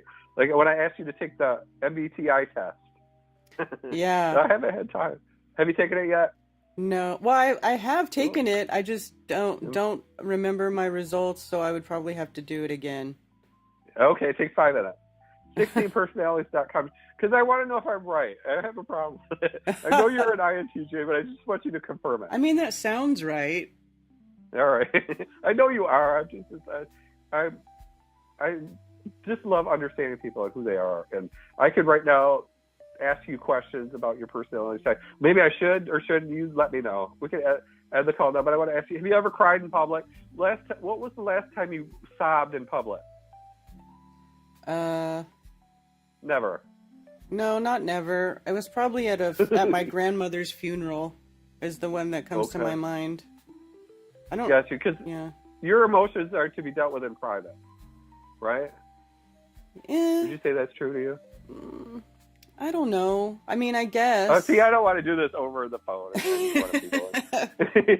Just take the test once in a while, one time, and let me know. I mean, I guess it depends what emotion, because if I get pissed off, I make it very public. Ooh, yeah. You rarely do it, though. You keep that under wraps, because you know you can cut people down, and you know what I mean? I've felt the INTJ rage. I can't say the word. I used to have a close INTJ friend. We'd have deep conversations, and she was in a bad mood one day. She told me to get the fuck out of her house one too many times, jokingly. And I'm like, well, door slam. I'm like, I'll get out. I've never spoken to her again. That was all over COVID. That's a long story. Over COVID. And she wasn't believing my theories, which were all proven right later. Anyway, so I know an INTJ very well. And so I studied that type, so I know things about you. You know what I mean? Knowing your type helps people in life. Like knowing your spouse's type can explain where you butt heads, and you can give each other grace. Like my father, he has so many limitations. I just have to accept them, even though they piss me off. You know what I mean? He doesn't have that ability. He's a thinker, like you. He doesn't have the ability to emotionally build me up. You know what I mean? To have sympathy and empathy and anyway, I'm going off on too many tangents. But you kind of get where I'm going with? Yeah. I find it a very helpful tool. Yeah. Knowing people's personality types. Knowing your child, too, can be very helpful to nurse them along in life. That's not the word. Nurse isn't the right word I'm looking for. But you know what I mean? To help them along in life. Because no one knew I was an INFJ as a child. And, it would have been so helpful if my parents knew, or I knew even. Anyway. I don't know why I went down that road, because because you're busy. We're talking about being busy. And the world's speeding up. That was on Anonymous Official, too. It was a video of some guy in the 80s predicting this all way back then, and now today, how fast everything is. It's ridiculous. Anyway, have I worn you out? Yeah, well, we have been on the phone for 45 minutes now. Holy crap, I'm so sorry. But I got it all out. I'll let you go. I hope some of it was fascinating. It sparked other topics and videos for Dave, Mark, you, anywhere, podcast. You know what I mean? Yeah. Sometimes I plant the seed on fertile ground and I see it spread out. I love to get credit for it and at least appreciation if ever I sparked something for somebody else. Anyway. All right. Well, awesome. Good topics for sure. All right. Have a great day, Kieran. All right. Thank you. You too. All right. Take care. Bye. Bye.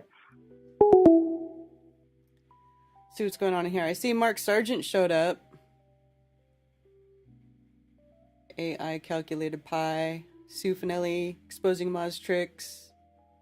Darren Wagner says Demifoot is not the product of an X-rated encounter between a human and a Sasquatch. I did not say that when I showed your project last week. I said that in private to Mark Sargent. I asked if there was an X-rated origin story for the half man, half Bigfoot.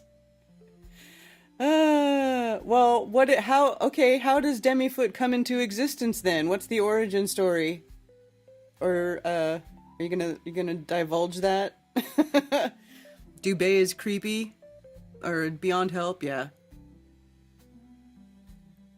Deep sea pressure accidents are basically nightmare fuel. Yeah, man. Yeah. I mean, we're just not supposed to go there.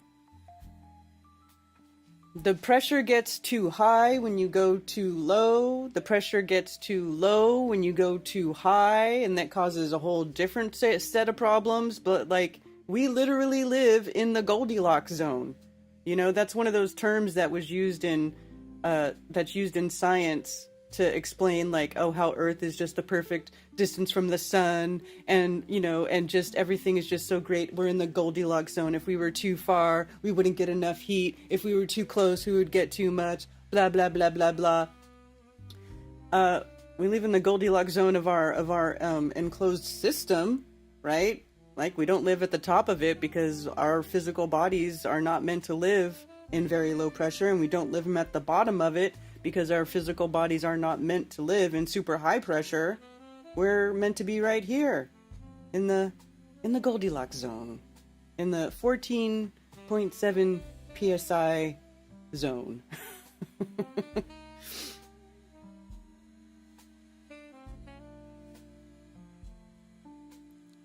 Hey, Singeman, Ali B. Just want to say hi to anybody who's come in. Duke Nukem, Chuck Jackson, NDB, Ted Summer. Yeah, having a heat wave here in the south this week. It's about as hot as it ever gets this week. Mark says I was never bored in the 80s, but then again, I chose a different path. Only boring people are bored. Hello, DJ Curious. Tommy Tell the Truth. Josh Mudge.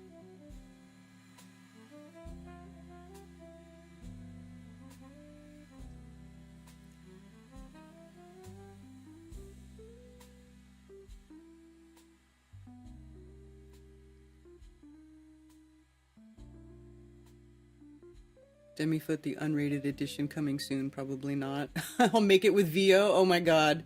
Mark loves the AI video maker. Demifoot is an unwilling recipient of Sasquatch characteristics thanks to a desperate misapplication of science chimera technology. Oh, okay. Earth, the giant lava ball with a thin layer of dirt and cold water around it. Oh, well, now allegedly there's an ocean around the core of the Earth. Every once in a while there's some article that comes out about deep underground oceans. Oh, what is that? Sheol? the what's left of the super saturated crystalline slurry from Earth's formation. The mother waters. Karen, check out Mark's AIFE history video. Where is it? Is it on his channel? There's a village that captured a female Sasquatch. Whole village used her for sex toy and slave. Even had a couple of daughters still alive today. I think I've heard this story, but I don't know. Mark Sargent, remember punching the press reporter at Flattoberfest? That was me. I still don't know why can you please address this? Mark punched you, Scooter? Mark punched you?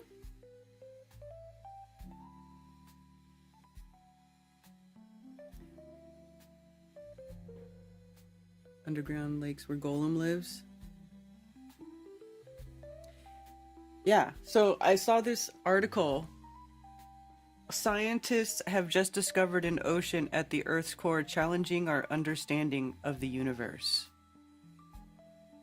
And look at this graphic. Looks like a piece of pie. What is this supposed to be?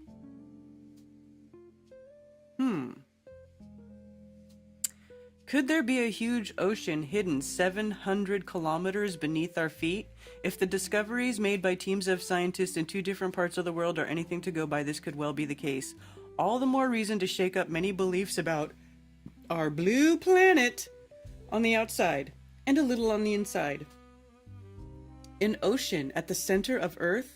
If this image rings a bell, it's probably because you've read Jules Verne's novel Journey to the Center of the Earth, published over 150 years ago. Reality may well be catching up with fiction, since the discoveries made by 2 teams of scientists in Brazil and Botswana point in the same direction in this subject. 2 discoveries more than 10 years apart. At the heart of this speculation is a very special mineral found in Brazil in 2009 by the team of Dr. Graham Pearson, Director of Diamond Exploration Research at the University of Alberta. Ringwoodite was found in a stone recovered from a depth between 410 and 660 kilometers below the Earth's surface. Wait a minute. How would this have been done? How deep is that? How would they even have recovered something from this deep when we say we only never been below 8 miles, which is like 12 kilometers? So how would you even do this? This hydrated mineral had never before been observed in the natural environment. It is a phenomenon that can occur in meteorites, but at the center of Earth no one imagined it. Blah blah blah, meteorites. The discovery, later reported in the journal Nature, proved that water could be trapped in rocks in Earth's mantle. Now, it is true that there are minerals that hold water. So ringwoodite is a mineral that it's like stores water. It naturally absorbs water and stores it. And why wouldn't that be a thing? Of course, there would be something like that. If you think about it, it makes sense, right? Because there's rocks that are very resilient and don't absorb water. They can hold water. Like you can get a quartz stone and carve it out and make it a sink, and it will hold the water. It will not absorb the water. So it makes sense that there would be also a mineral that absorbs the water, and everything in between, right? The question was whether or not it was an isolated case. While numerous laboratory studies followed in the years that followed, it was 2022 that a new study brought natural ringwoodite back into the limelight. A stone similar to Pearson's had just been discovered in Botswana in the hands of mineral physicist Ting Ting Gu at the Geopolitical Institute of America, New York. This stone confirmed theories are negative ions at high pressure. The discovery has shaken up the beliefs of experts in the field, but it also has raised a host of questions. The most obvious concerns is the origin of this water. The second relates to its role in Earth's water cycle. I think that this underground ocean could be the source of a deep water cycle, which is in fact crucial to the functioning of our planet. Well, of course. Why wouldn't it be? Why wouldn't anything that goes on, any of these processes, why wouldn't they be crucial to the Earth system? It's so funny. Like, you read stuff like this and you put it through that geocentric filter. That filter of this place is created, it's not what they say it is, everything has a purpose, they don't really know what's going on. And then you see this and they say, oh, there's like this giant store of mineral deep below the Earth's surface that stores water. Well, that makes sense to me. Especially if you look at like the ways, like modern ways up here on the surface of Earth of how to purify water. Like if you're in a shit hits the fan type of situation, there's many ways you can set up like a multi-tier filtration system with like activated charcoal and sand and something else, right? But you can set up a multi-tiered filtration system and you can filter the water and it will be clean to drink without having to boil it, without having to put a chemical in it to kill parasites or whatever. So it makes sense that the Earth has a natural water filtration system that recycles the water, everything that goes on, and then spews it back out in the form of natural springs, hot springs, whatever. Montezuma's well in Arizona, they don't know where that water comes from. That water could probably be coming somewhere deep beneath the Earth's surface, right? It's in the middle of a desert, and it's constantly flowing. So anyway, it's just interesting when you see stuff. For me, I think it's interesting when you see stuff like this. It's like, oh, of course, and it makes sense. And, it's not, there's not a molten core. Nobody knows what's going on inside the Earth. Nobody. I even doubt this a little. I mean, this 410 to 660 kilometers. Does it even have to be that deep? Probably not. Scooter or Mark punched me as hard as he could unexpectedly in my chest because I had a tactical vest on. Then he realized what he did. He may have thought he was in a video game or something. I can't believe that. The new King Kong movies have made Hollow Earth mainstream. The new King Kong movies, huh?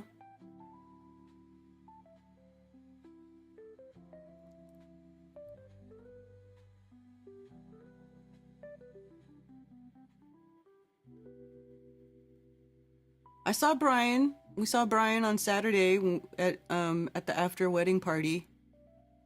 Brian's doing good. Is the ocean inside or outside of the molten iron core?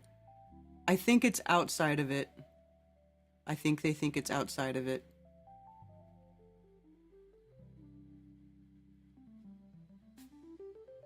What if the center of the Earth is a giant pool of red mercury? I mean, I don't think so, but I don't know. Buffer? Is it working again? Should be going okay. It says excellent connection. I used to believe it, but now I think James Cameron's Challenger Deep expedition was a total fabrication. Is that separate from him going to or finding the Titanic?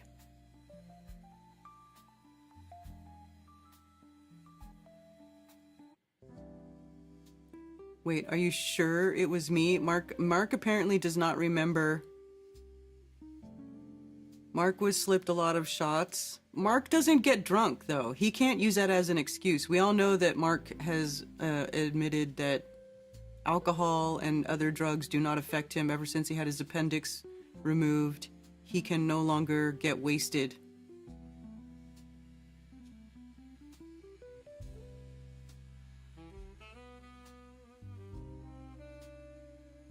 The vest was not rated for his big guns. Oh my god, that's funny.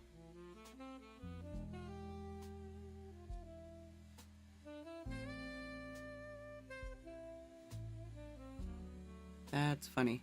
Mark Sargent, you don't remember punching me? There was at least 8 to 10 witnesses. I also gave you the Kakalaki shirt that day.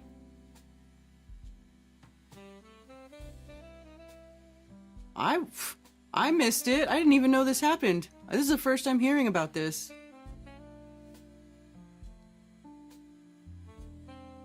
To the bottom of the crap, what's the name of that abyss? The Great Barrier Reef? No, the Challenge Deep is the Marianas Trench.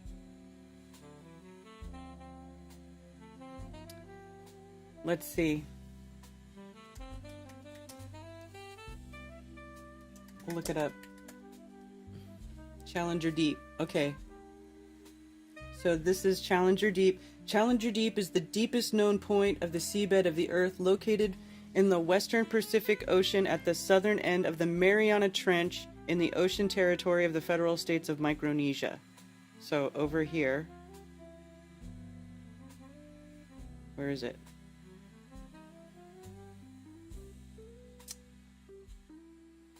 Over here. So the GEBCO, Gazetteer of Undersea Feature Names, indicates that the feature is situated, and then it gives some coordinates and has an approximated maximum depth of 10,920 plus or minus 10 meters, or 35,827 plus or minus 33 feet. 33 below sea level. A subsequent study revised the value to 10,935 plus or minus 6 meters at a 95% confidence interval. However, both the precise geographic location and depth remain ambiguous, with contemporary measurements ranging from 10,900 to 11,000 meters. So 35,000 over could be up to 36,000 feet. So basically, what is that? That's like 6 miles. It's like, that's the deepest part, allegedly, of the ocean. The depression is named after the British Royal Navy survey ships HMS Challenger, whose expedition in 1872 to 1876 first located it. How? How did they know that it was the deepest part 25 years before the 1900s? Now I want to see. Challenger expedition.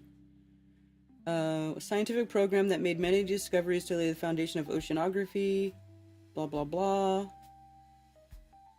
The expedition, initiated by William Benjamin Carpenter, was placed under the scientific supervision of Charles Wiley Thompson. Blah, blah, blah. Obtained the use of the Challenger from the Royal Navy in 1872, modified the ship for scientific tasks at Sheerness, equipping it with separate laboratories for natural history and chemistry. The expedition, led by Captain George Nares, sailed from Portsmouth, England on the 21st of December. Other naval officers include John McClure. Under the scientific supervision of Thompson himself, the ship traveled approximately 68,800 nautical miles, surveying and exploring. The result was the report of the scientific results exploring the voyage of HMS Challenger during the years 1973 to 76, which, among any other discoveries, cataloged over 4,000 previously unknown species. But how... Oh, and look at this. Is this their, This is them, going around Antarctica, allegedly? This isn't the same, This is not the same thing where they talk about, circumnavigating Antarctica and it taking a long time, but it looks similar, the path. The expedition, which circumnavigated the Earth, collected data by lowering sounding lines to the bottom of the ocean floor to measure its depth and collect sediment samples, by collecting marine organisms by means of dredges lowered to the ocean floor and trawls lowered into the water at different depths, by measuring temperature at various depths, by collecting samples of seawater at standard depths for chemical analysis. They collected plankton samples and recorded the speed and direction of ocean surface currents. Samples were preserved in brine or alcohol or dried and brought to Europe and distributed as various experts to analyze.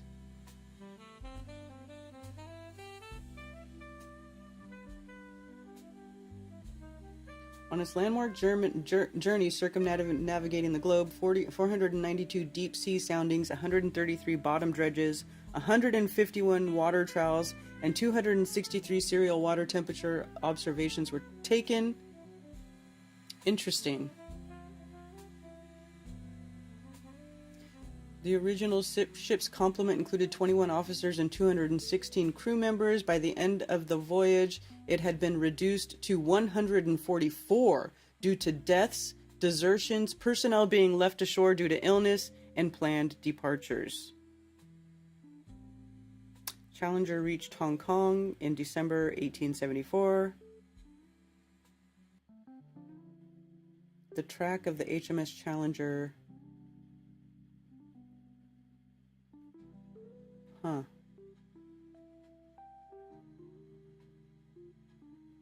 So this ship went all over the place, allegedly, huh? Interesting.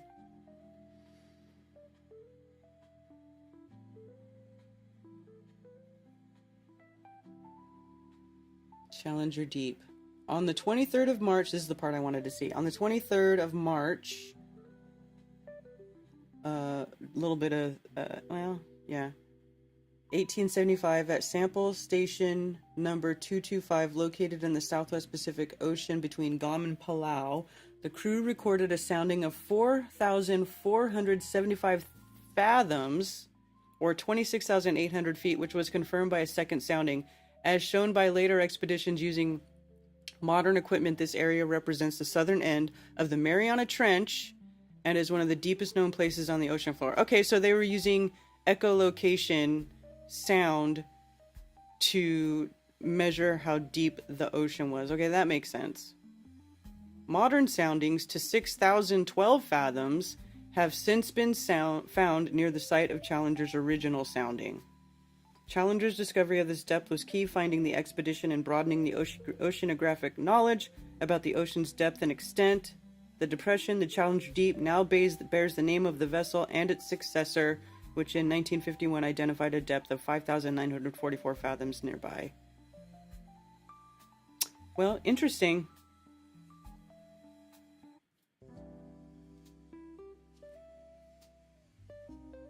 Yeah, Mariana Trench. Nah, find me another witness.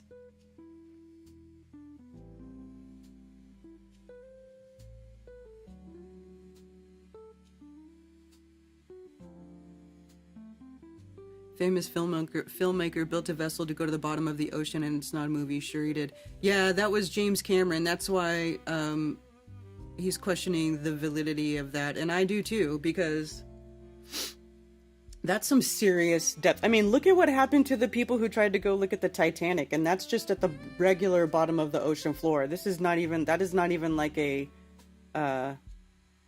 let's see.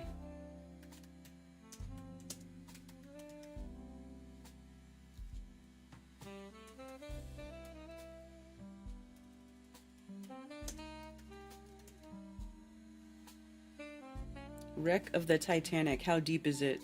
12,500 feet. So 2,100 fathoms. So it's deep, but this is not even close to being Challenger deep, right? And they didn't even get all the way to the Titanic. And that little, their little submarine, what was it? The Titan submarine.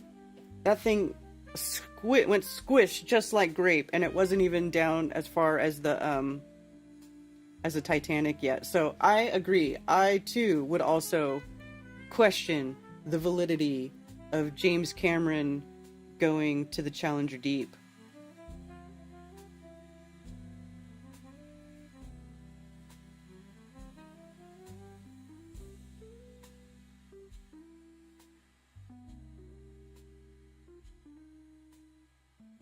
Hey, Ginger Sugarbush. Day after 322, yeah. They measure in fathoms, yes. Does echolocation work for bendy oceans / roads? No.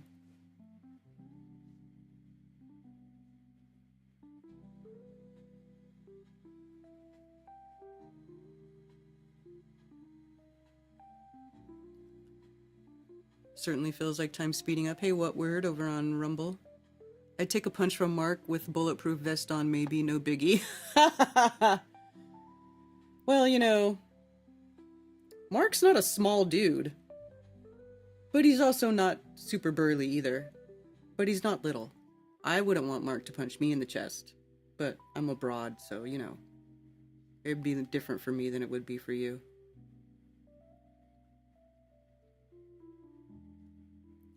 Tattooed was made of carbon fiber. Yeah, I know. Hail, Ben. Hey, effed up world. Yeah, totally. So, I wonder if they know... Let's see. Do they know how deep they were when they exploded?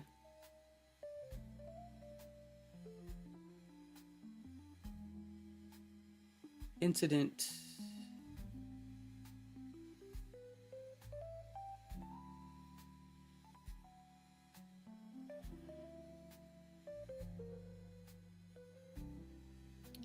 At a depth of 2,274 meters or 7,500 464 feet. The submarine sent all good here, and the usual pings continued on the communications channel. There are no messages during the descent that indicated trouble. A final text communication was sent from the Titan at 10:47 at an approximate depth of 3,341 meters, which is 10,961 feet, which read dropped 2 weights. The final ping from Titan was received at 10:47:33 at a depth of 3,346 meters, or 10,978 feet. Titan's location was these coordinates. Before the final text was received, a loud bang was heard by people monitoring the submersible on the support ship. It transpired that this bang was the implosion of the submersible, the sound which traveled faster than the message. Oh, dude! What? So they got their last ping after it imploded. So they sent a ping, imploded, and then they got the message at the top. That's crazy. I wonder why that is. A U.S. Navy acoustic detection system designed to locate military submarines detected an acoustic signal consistent with an implosion. Less than 2 hours after the Titan submerged, OceanGate had not informed any government agency that they were diving. Since the small composite submersible did not conform to known acoustic profiles of large military submarines with metal hulls, it was classed as an anomaly. So they were not... Okay, so the Titanic is like 12,500 feet down, and they were still 2,000 feet away from the Titanic location when they imploded. So they didn't even get to the Titanic.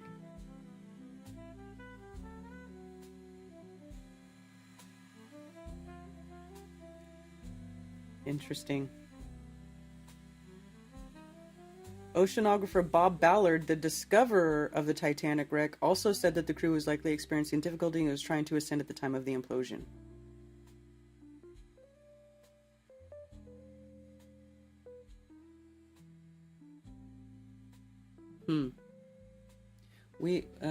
Let's see. Shortly after the disaster, James Cameron indicated that was likely the submersible's early warning system alerted the passengers to an impending delamination of the hull, saying, "We understand from inside the community that they had dropped their ascent weights and were coming up, trying to manage an emergency."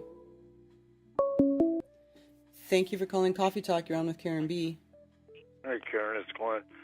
Yeah, I've looked at the, I think I plotted the Challenger Deep coordinates a couple of years ago, and I've looked at the Titanic and the recent accident, too.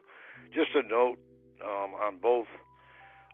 Number one, when Ballard was looking at when he discovered the Titanic, he was doing that in tandem with a classified mission he was running to find, I think it was a sunken submarine that he was searching for at that time.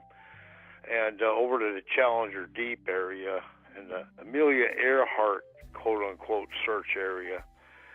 That Amelia Earhart search area is directly adjacent to all the atomic bomb tests, where some people think that they were trying to put a hole in the firmament, out in the southern Pacific there.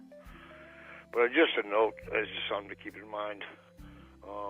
There's two occasions there where, in the case of the Pacific, it's pretty suspect to me anyway, that these supposed Amelia Earhart search expeditions, yeah, right. I mean, that's the way I think about that.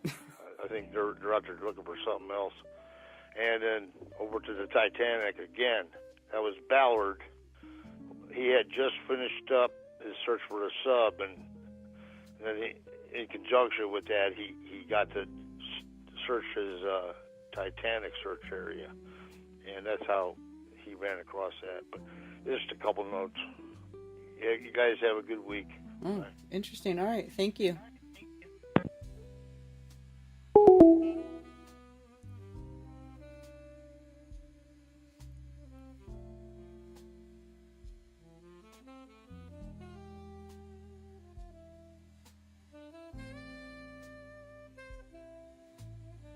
He also can't grow a beard. Ben loves to give ribbings about the beard thing. Does Mark even know how to punch? I fear no manless tranny hitting me. Mainless tranny. Getting my next tattoo in August, so excited. Strawberry Field of Rubber, my brother's version of the Beatles song. Where's Mark? This is only fun when he's here. Mark, I don't know if he's still here. Are you guys bullying Mark out of chat? Shaving is the first step before tucking your junk and dancing in the mirror. Oh my god. Singeman says 0 tattoos, super excited.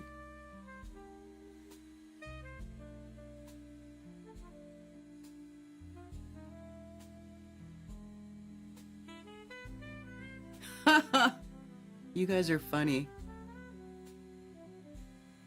Stefan put out a new playthrough. Glad to see him back in the studio. Oh, did he? I'll have to go check it out. You know what I want to know is, when is the new album coming out? They recorded it last year. And then I remember asking him like, in the end of 2024, so when's the album come out? And he just said next year. And it's freaking June! And it's still not out! What are they doing?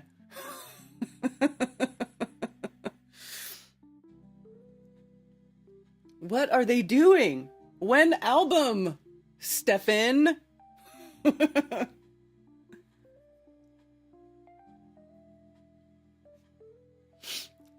So, anyway, yeah. How did we get on this? Oh, because they found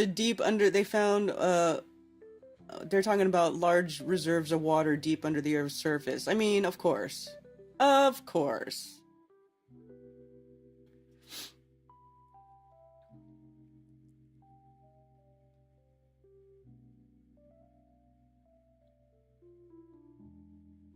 Did I finish this? Yeah, that was the end of the article.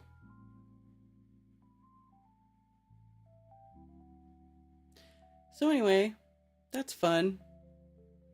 But I remember I've seen articles come up over the years multiple times about, oh, scientists discovered giant ocean deep beneath Earth's surface. Let's look it up.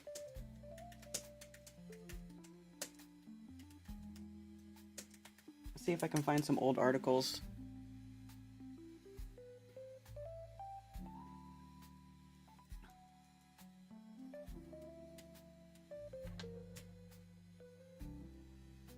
Let's see.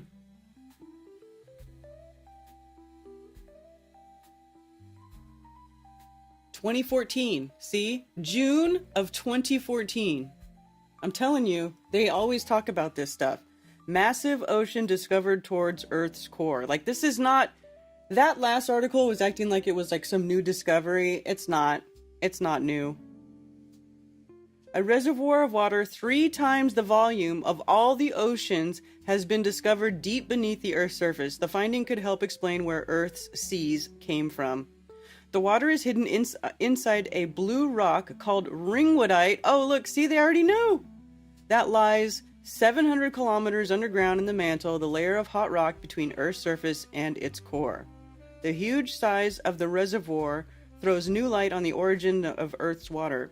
Some geologists think water arrived in comets as they struck the planet. Well, we all know that's a bunch of bullshit. But the new discovery supports an alternative idea that the oceans gradually oozed out of the interior of the early Earth. Well, or that's an inversion. The Earth grew out of the primordial soup, as it were, or the supersaturated crystalline slurry that is now beneath the surface of our physical Earth, because, yeah, it makes sense, because that's just how it works. It's good evidence that the Earth's water came from within. Well, but it didn't. The Earth came from the water, not the water from within the Earth. If you ask me, I would have to say that it's the other way around. That would be my opinion. Anyway, but it just goes to show. So that's from 2014. So let's see, is there another one? There may be a massive ocean beneath the Earth. Let's see how old this article is. 2019. There may be a massive ocean beneath Earth's surface. You might think the depths of the ocean were the strangest place on Earth, and we could have agreed, except we just found out, which this is 5 years after the previous article, that there's almost certainly another ocean, a secret ocean, hiding right beneath our feet. The water underground. There is as much water inside the Earth as there is in all of the oceans. That's the conclusion scientists are reaching after a 2014 discovery planted the seed of the idea. But first, let's get a refresher on the layers of the Earth. The part of the planet we deal with the most of the time, assuming we don't have a large mole person readership, is the crust. The uppermost layer, that's about 30 miles thick at its biggest. But how do they know? They've never been deeper than 8 miles. How do they know? How do they know? You know, like, it just makes me, how are they coming up with these numbers? Waters of the deep, yeah. Put AC in window last night. It was 91 in the bedroom. It's 74 in the bedroom now and 95 outside. Oof, yeah. We're definitely having a heat wave. Thank you for calling Coffee Talk. You're on with Karen B. Hey, Karen. How's your Moonday doing? It's great. How are you? Okay, I really enjoyed the topics today, so it's been a lot of fun. And the deep stuff I looked up a long time ago because I live in Oklahoma, and before the deepest well dug in Russia, it was the deepest ever was in Oklahoma. I think that changed in the 70s, but it was Anadarko Basin. So they drilled and went, yeah, we're not going to mess with that no more, and shut it, and then, yeah, kind of shut the history books on it. But there was also a documentary. Of course, this is YouTube found by me. It was a long time ago, and it was a documentary that was transferred from film over to digital, so you can see in it that the people are of that time, the clothing, the area, the vehicles, and all that. Mm-hmm. And it's a story about men in Italy that met an underground race, and they call it the friendship case, where they met and made friends, and the underground people had technology that they were willing to share with the above, but they had this little problem of collecting in material. They needed a logistics team to bring them minerals and different things, I suppose, to work with their technology. Anyway, it's a really interesting story about how some men in Italy came across, in a small village, came across these underground people, and they worked out together how to benefit each other. And it tells the story of their technology and how they met and what they looked like. And it's a really interesting, it's called The Friendship Case. The Friendship Case? Yeah. It's an interesting, I mean, as far as anything you watch on YouTube, you kind of go, and leave an open mind of just how truthful it is. But it's just like anything else for me, I guess. Movies bring a perspective and or a little drop of truth.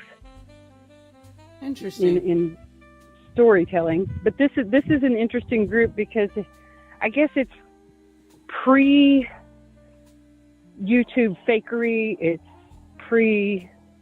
because you can tell it came from film to digital. Mm-hmm. Anyway, I thought that might be something others would be interested into looking into, because if a group of men in a small town in Italy can make this happen for themselves and keep it secret for decades, how is that not possible with every little town everywhere? Like, if a being came to me and said, look, you bring me a case of oranges and some bricks, and I will do this for you. So it's a swap. So they started a trade relationship, like a barter system. There's things they can't do because they need to be underground, but they have all this great underground technology where they could create cave systems and rooms in the cave systems. It's described in the documentary. But I just keep thinking, I was told a story by a man before he passed, and I didn't find out until after he passed that he was Rosicrucian. Like, I literally found out at his funeral. And he had told me stories, which right then I'm thinking about, oh my goodness, all his stories are starting to make a little different, kind of idea here. But he told me of a man who was a dirt worker, a construction guy. He ran the heavy equipment.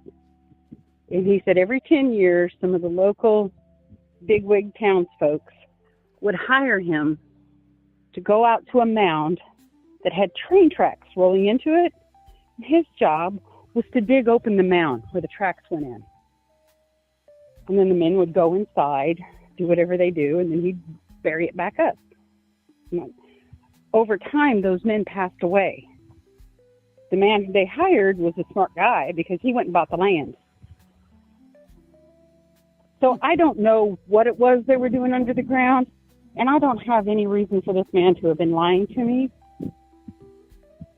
about having this conversation. So it seems to me like there's some correlation where people really can be having their own little side gig with something else. And how would anyone know? How would you know? Yeah. Just all of a sudden, oh, Bill, he just bought him a business and he's doing great. But nobody knows where the money came from. Especially in a time when they're... the idea. Or, yeah. Especially if anyway, this is happening... I'm about to run out of batteries here. Oh, okay. I just wanted to throw that out there. Okay, that's interesting. Well, thank you for calling. All right, you have a great day. You too. So yeah, so like she says, how would you know? Especially, what I was going to say is that if this is happening at a time when a high, basically like a powerful computing system in their pocket, right? I mean, this stupid little phone powerful than my very first desktop computer, which cost like $3,000 and had like a 2 gig hard drive. And I remember saying having a 2 gig hard drive was like 2 gigs, dude, we can do with all that space. Like now it's like people say like, yeah, I got a terabyte hard drive, and you burn through it, you fill it up halfway like super fast if you deal with video. So it makes sense that if something like that happened at a time before, all of the technology and stuff that we have now, that it could be something that just sort of stayed local and didn't become world news.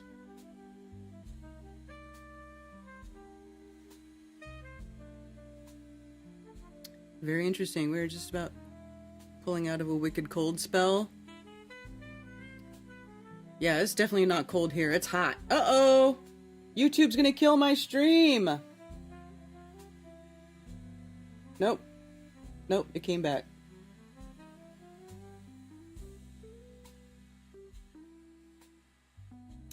I might need to tweak my settings.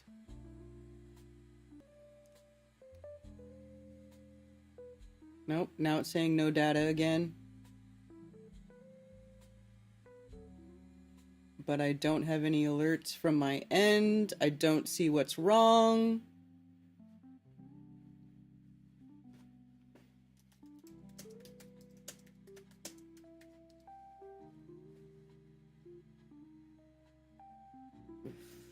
All right, I'm going to take a quick break, you guys. I just need to go check on some stuff. I'll be white black.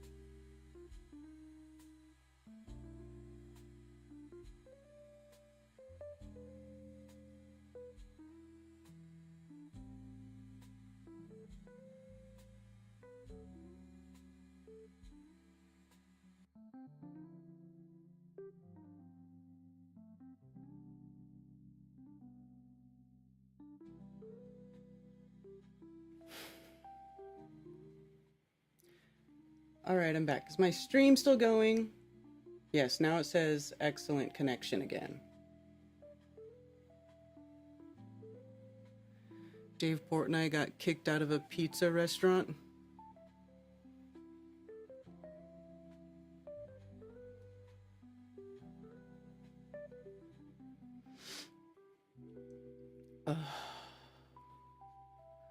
Can I just tell you, this puppy that we kept, little shit disturber. Little shit disturber.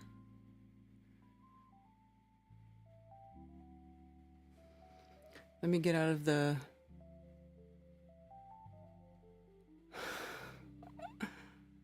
I had a 2 gig, $800 machine in 1999.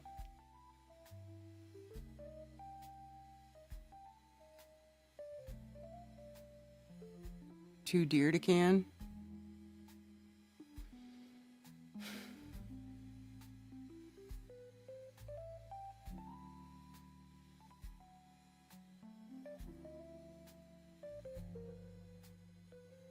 Almost sheared the alpaca.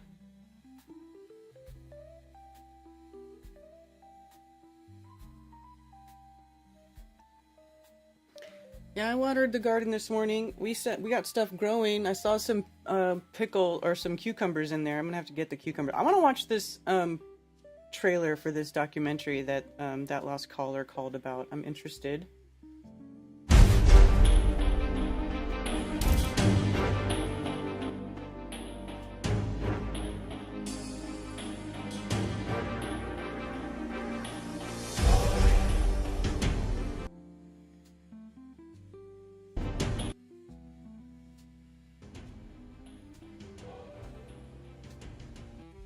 Well, you can't hear anything. Case that has been kept secret for decades.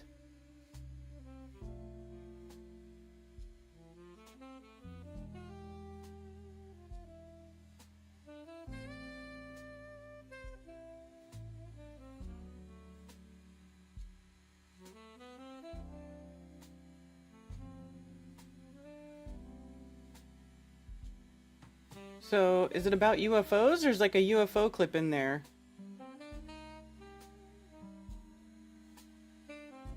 This is not... Did she say something about UFOs? I don't recall that part.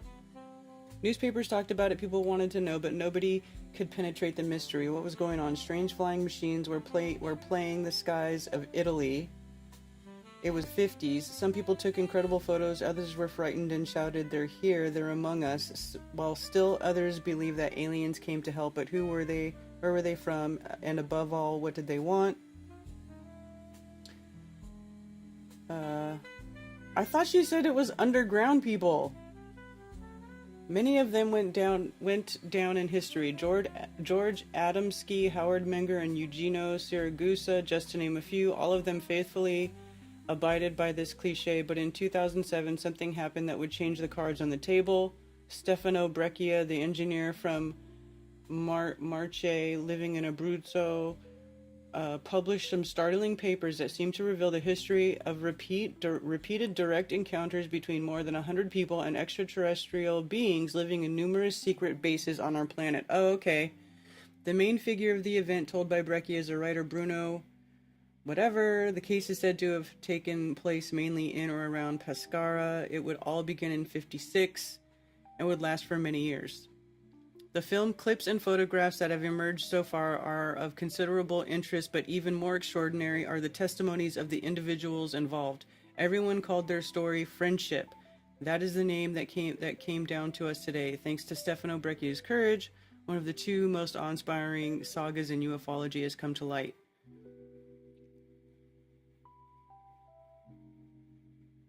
So it was about ufology.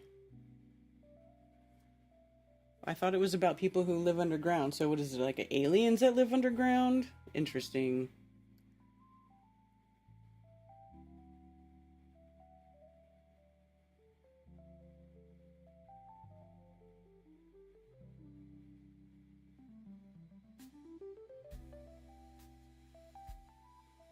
Hmm.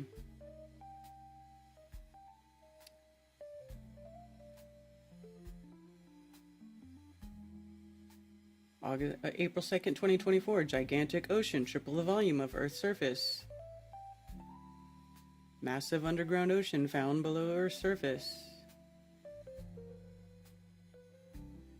9 months ago.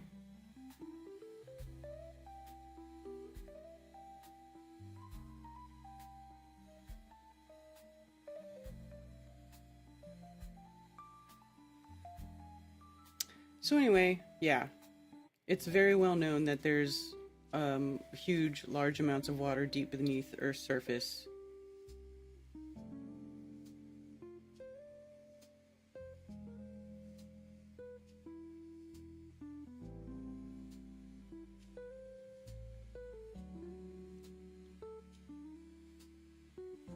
Since our initial report of hydrous ringwoodite, we found another ringwoodite crystal also containing water, so the evidence is now very strong.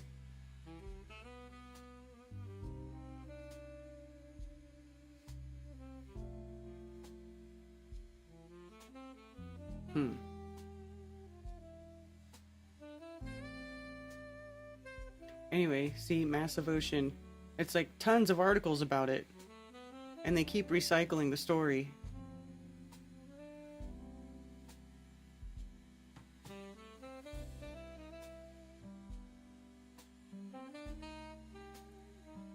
Yeah, Smithsonian Magazine 2014. Ringwoodite.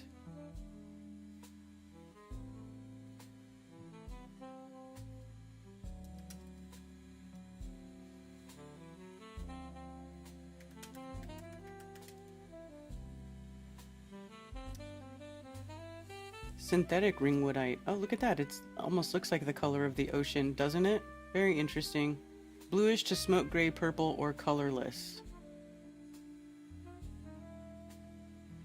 Named in 1969 by R.A. Binns, R.J. Davis, and S.J.B. Reed in honor of Alfred Edward Ted Ringwood, noted geochemist and professor of geology, blah blah blah, who predicted the mineral based on laboratory studies. He was the recipient of numerous awards, including the Bowie Medal, the Wollaston Medal, and the H.H. Hess Medal.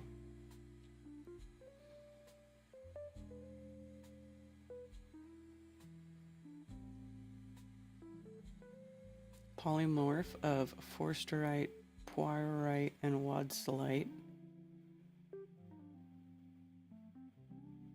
Experiments show that ringwoodite may incorporate essential amounts of Na, which, what is Na? Somebody remind me what that is. That's not salt, is it?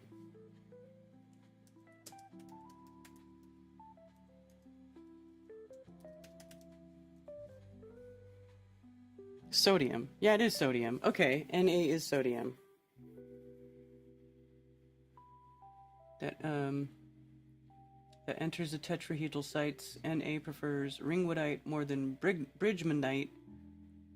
Important sink for Na in deep transition mantle zone.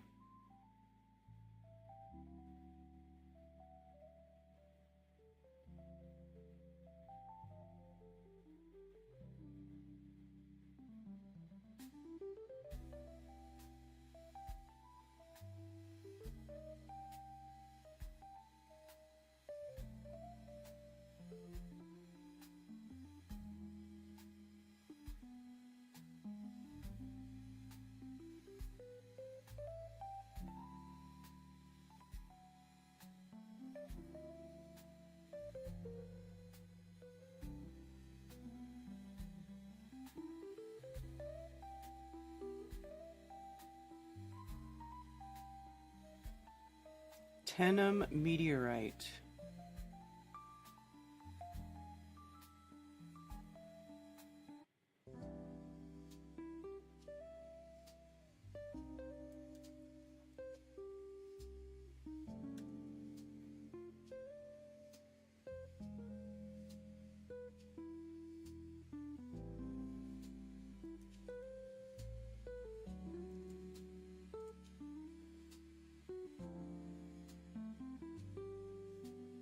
Australia.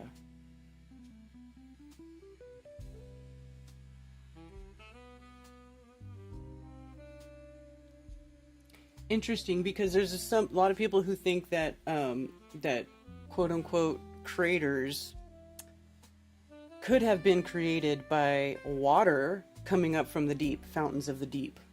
So it's interesting that ringwoodite, which is a water absorbing mineral, is found in a place that is considered where a meteor hit.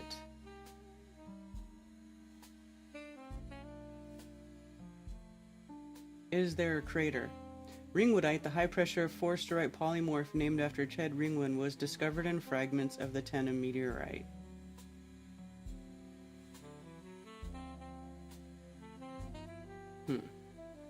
Interesting. Also interesting, if they consider it found in a meteorite, and the meteorite did fall from above, quote-unquote waters above, maybe that ringwoodite is also above and below. Who knows? It's interesting to think about.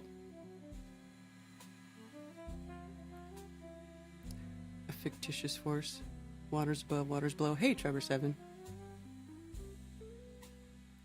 Hey, Karen B, did you catch my fake Apollo test rabbit hole? No. Your rescue pups sound like little rednecks? Dude. Wait till Ted finds out what she did. I don't even know how she did it. Just right now when I went to go check down there, I don't even know how she did it. Looks pretty good. Oh, let's bring in the astronauts and do some test shots. That's not the one we're going to use, right? No, this is just a stand-in. We'll be using a number of test vehicles over the next few years. So why are there no stars again? Stars are always in a specific pattern. It's too complex to replicate. So, no stars. No stars ever. What are you using for the ground? It's a mixture of dark ash and sand. How deep is it? 4 inches in some places, so don't go nuts with the shovel.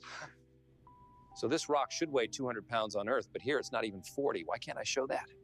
Feats of strength are tricky, so we're staying away from it. So how does it work? How does what work? The spacesuit, how does it stop from expanding? I have no idea, it just does. We're a lot lighter here. Shouldn't we move faster? Dude, the subtitles are We shit. tried that, looks unnatural, so we're gonna shoot you in slow motion. It'll work, trust me. Why does the lander look so different from the still pics? Because Google hates the guy who is making these videos. Really? It's a theory. No, I'm serious. We keep generating these and none of them look like Apollo? I know, right? Even the flag is always wrong. I think we may have found a new rabbit hole. Why would it keep putting tires on the lander? Are we gonna hitch it to my truck? Did the ash change color? Yeah, I did that. At this point, the content creator is going to have to show the still shots and narrate it himself. Oh. And then we're out of a job. Yeah, but only for a little while. So I'm narrating this because, yeah, indeed, it looks like a rabbit hole where I storyboard everything in the beginning using VO2 and just using frames to video and putting in the prompts, and then looking at the storyboards, which look great, as you can see here, looked absolutely accurate. I didn't even have to put in Apollo 11 lander. I just said Apollo lander, and it drew it perfectly every freaking time. And then I took cut and pasted it straight into VO3, tried to add a little dialogue, and the lander just got torched every time. I could not get it to do it. So then I said, all right, well, maybe I'll put them outside. So I took them, put them outside, look fine, still shots, translate to video, lander gets screwed up again. This isn't a copyright issue. This isn't a violation of service issue. This is somebody putting some code in there. They do not want us to make fake Apollo lander videos. Call it which will. You want to make a response video to it, be my guest. Anyway, back to it. I mean, the prompt is so specific. It's like they do not want me to show how easy it is to fake the moon. How about moonshots without the soundstage? Yeah, let's try that. So it's really... What did I tell you? This looks great, but it's still fake, so why can't I add a soundstage? Why are there stars? Because there should be stars. Find no stars. Happy now? Yes, but how did we get here? The lander's over there, and guess what? It still looks wrong. So the point of that, Mark, is that you were trying to recreate moon landing videos, and it was always making them wrong. To the station for more bloopers. Do you think we'll come back here? It's a pretty safe bet. Hilarious. Hilarious.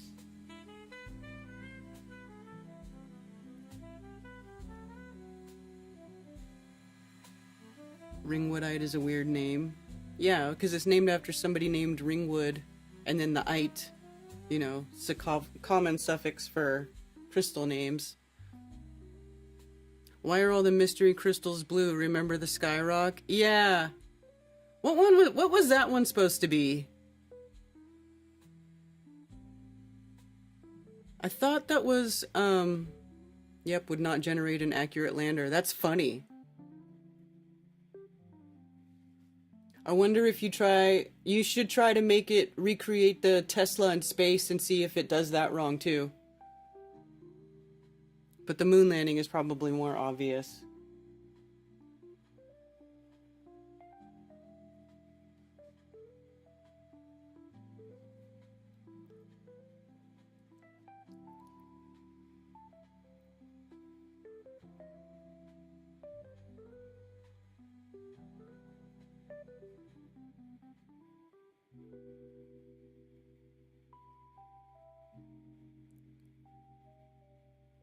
Supposedly part of the firmament, but didn't they have a name for it, or no?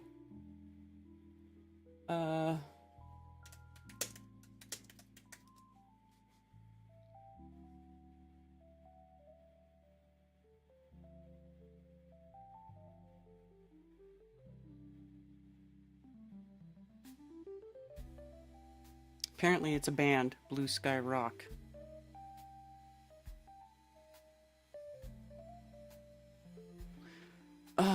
I wish I could remember what they were calling that.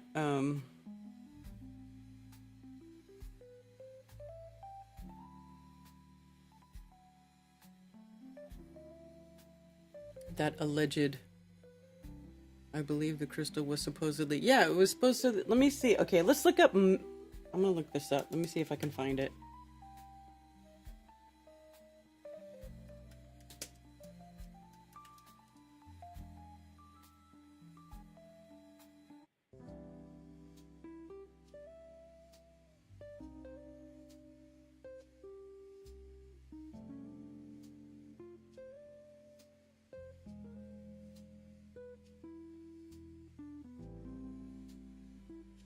Uroxite.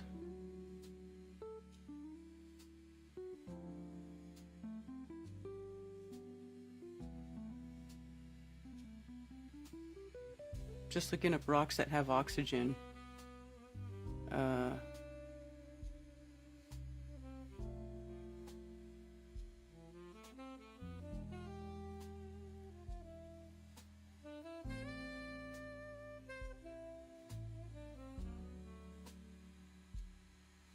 Well, this is an interesting mineral that's come up, but there's no images of it. Aeroxen.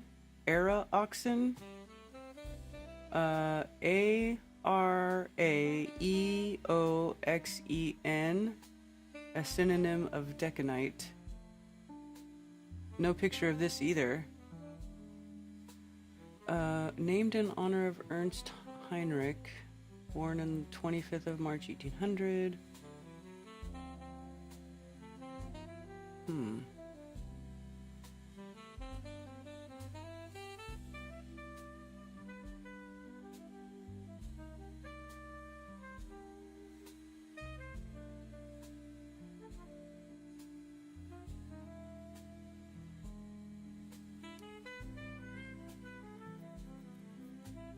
Interesting.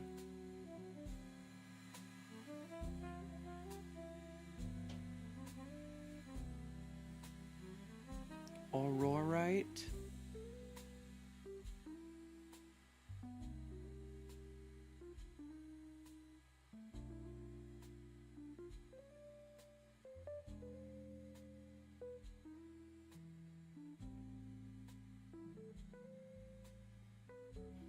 I don't know.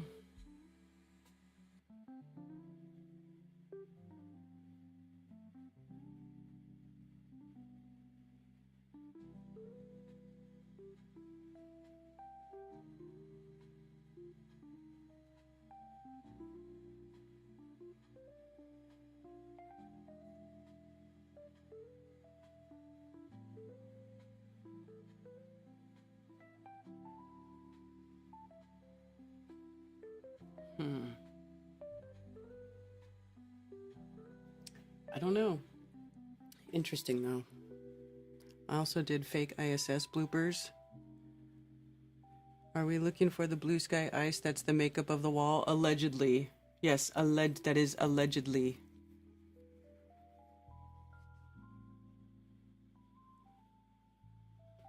But it wouldn't make sense if it was, okay, how could a crystal be pure oxygen though, and then exist like in normal pressure, like sea level pressure, right? Like I feel like, because oxygen at this level is just a gas.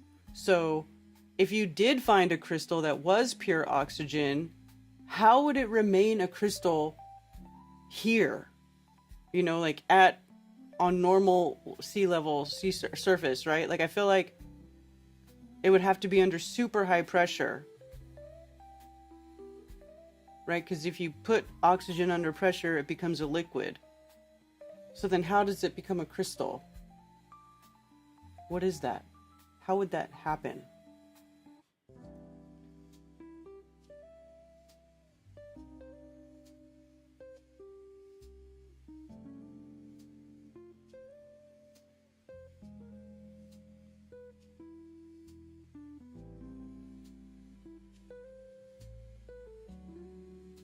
So the bathroom situation is awful. I know, it's like a war crime in there.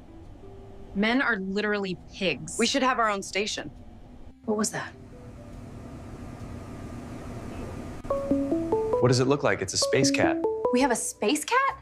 Who is it this time? A high school in New Jersey. Hey kids, we're excited to see you. Hold on.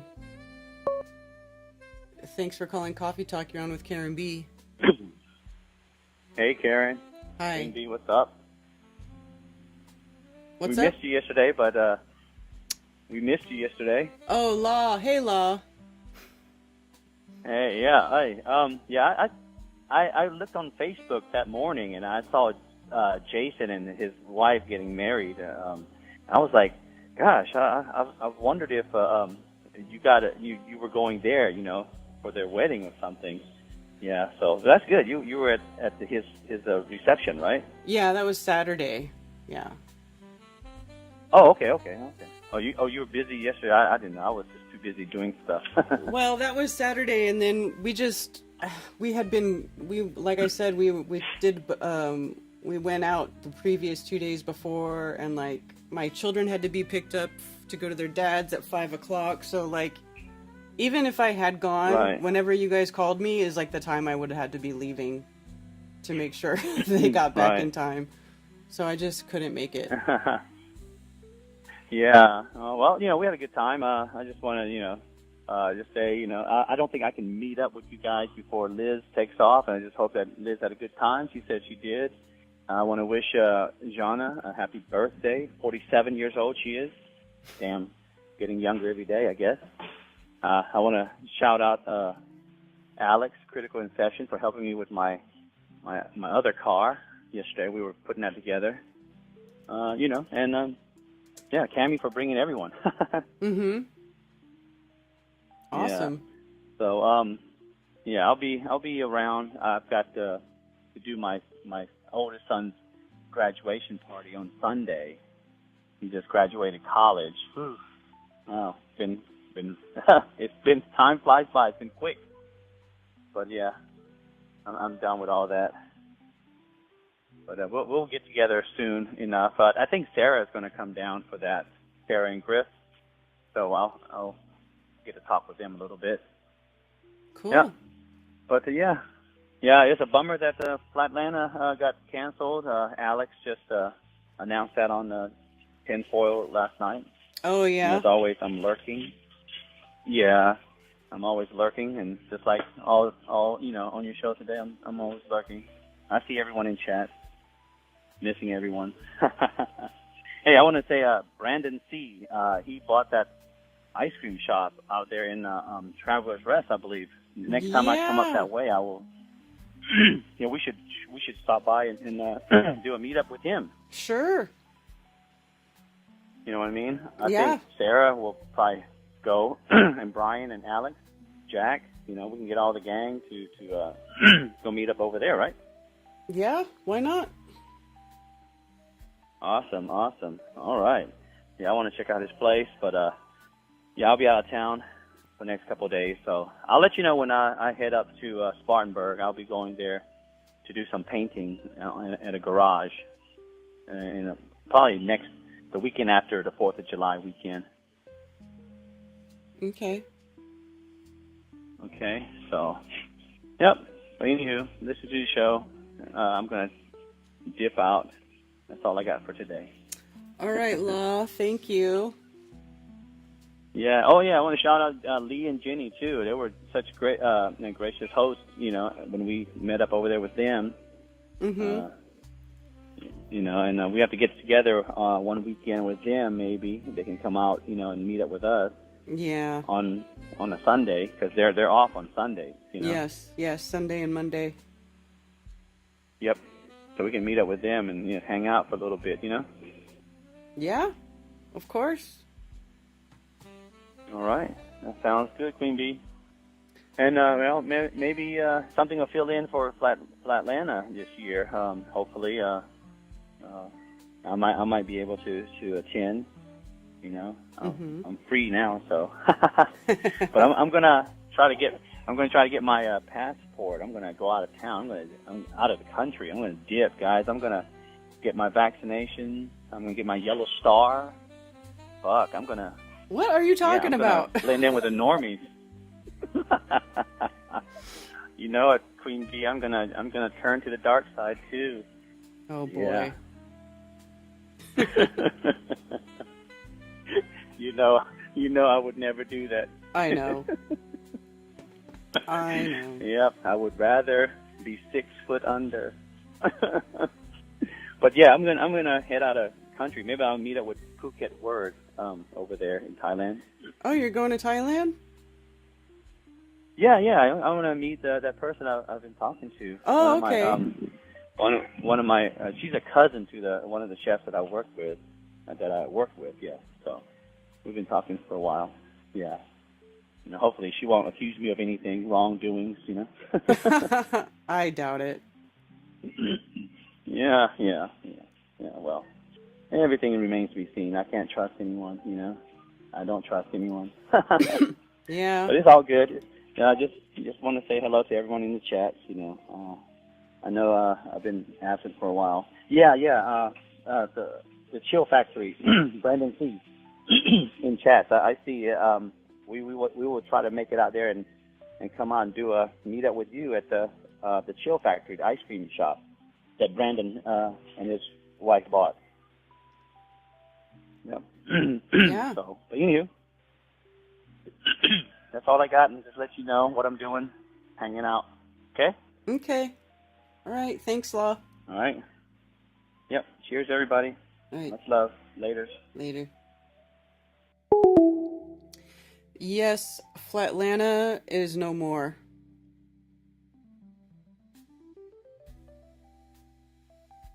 North California is hard to get out of.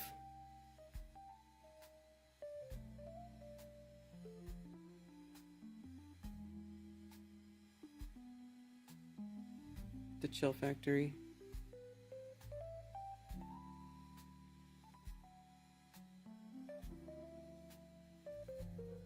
They refunded everyone? Yeah. Okay, well that's cool. Yeah. True Kings? I don't know what that is.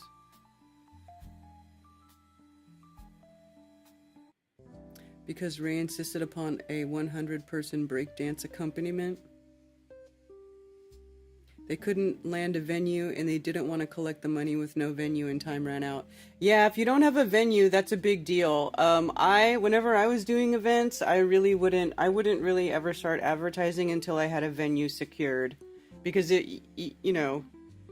that's like the whole part. Like, you need the location. Once you have the location secured and your deposits down, then that's when I would start doing everything after the location is secured. Just saying.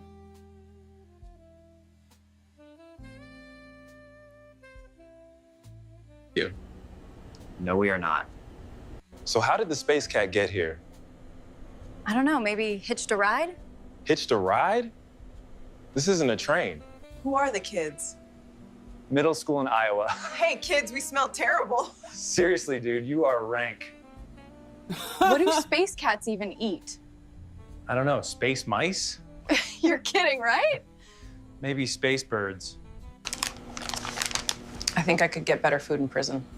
You're probably right. Like half the country watched the Katy Perry thing, but we get stuck up here and no one cares. The internet is a fickle bitch. Remember, kids, Bigfoot is a myth. If he was real, I bet he wouldn't use our bathroom. I know, right? These kids have no idea. No idea. Here, kitty. What is with the crazy Where is that damn thing? subtitles? You can't that hide don't from make us, sense? kitty cat. This is a private school in California. Should we tell them about Space Cat? Are you high right now? You're not? All jokes aside, what's not funny is the production value of the actual space programs. Take a quick look and let us know what you think. We have to introduce the concept of free fall. So let's use this model of the Earth. And let's enlist the help of a friend, Taxi. You might know her. So in this clip, they're talking live feed, and we have a astronaut go by us in the background, obviously trying to give it a more realistic, spacey, station busy effect. The only problem is the camera that was supposed to mask this harness out, or the video feed, is not working. Now in this scene, the guy on the left in the green shirt, he thinks he sees an object in 3D space that's being broadcast to him. So he grabs it and he puts it off to the side. He's looking straight ahead because he's looking at an object rotating in front of him, but the video channel is down that is supposed to show the viewers what we're supposed to see, and so we don't actually get to see the object that he has seen. And I would just sum this up as a very terrible, bad, horrible day for NASA doing live feeds. We may not be perfect, but you're not going to see any harnesses or green screen tricks in our station. See you next time. Yeah, rest in peace, Mike Helmick. That was Mike talking. He did good stuff.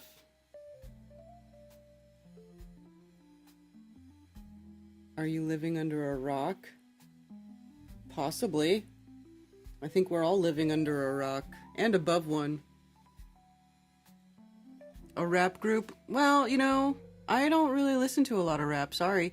VEO has triggers that turn subtitles on automatically if it sees a certain combination of quotes. Right now it's default on. And they don't even do it right. They don't even do it right.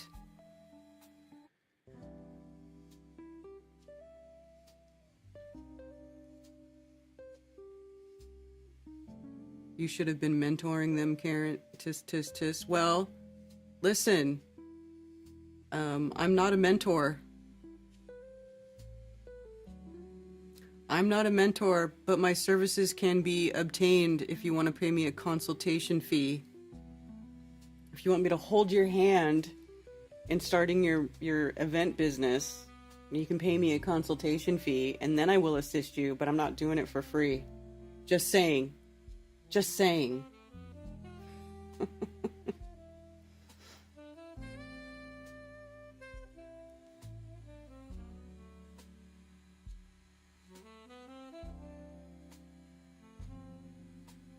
Brandon C. can't wait to chill with ice cream. Yeah, dude, a meetup at an ice cream shop would be perfect because it's disgustingly hot right now.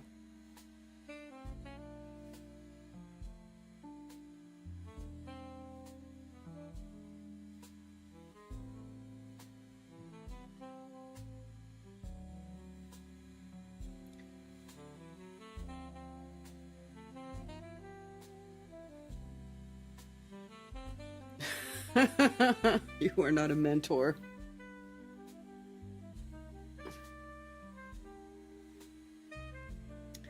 Listen, I stopped doing events because I didn't want to do all that anymore. Thank you for calling Coffee Talk. You're on with Karen B. Hi, Karen B. It's Valley Parks. Hey, Valley.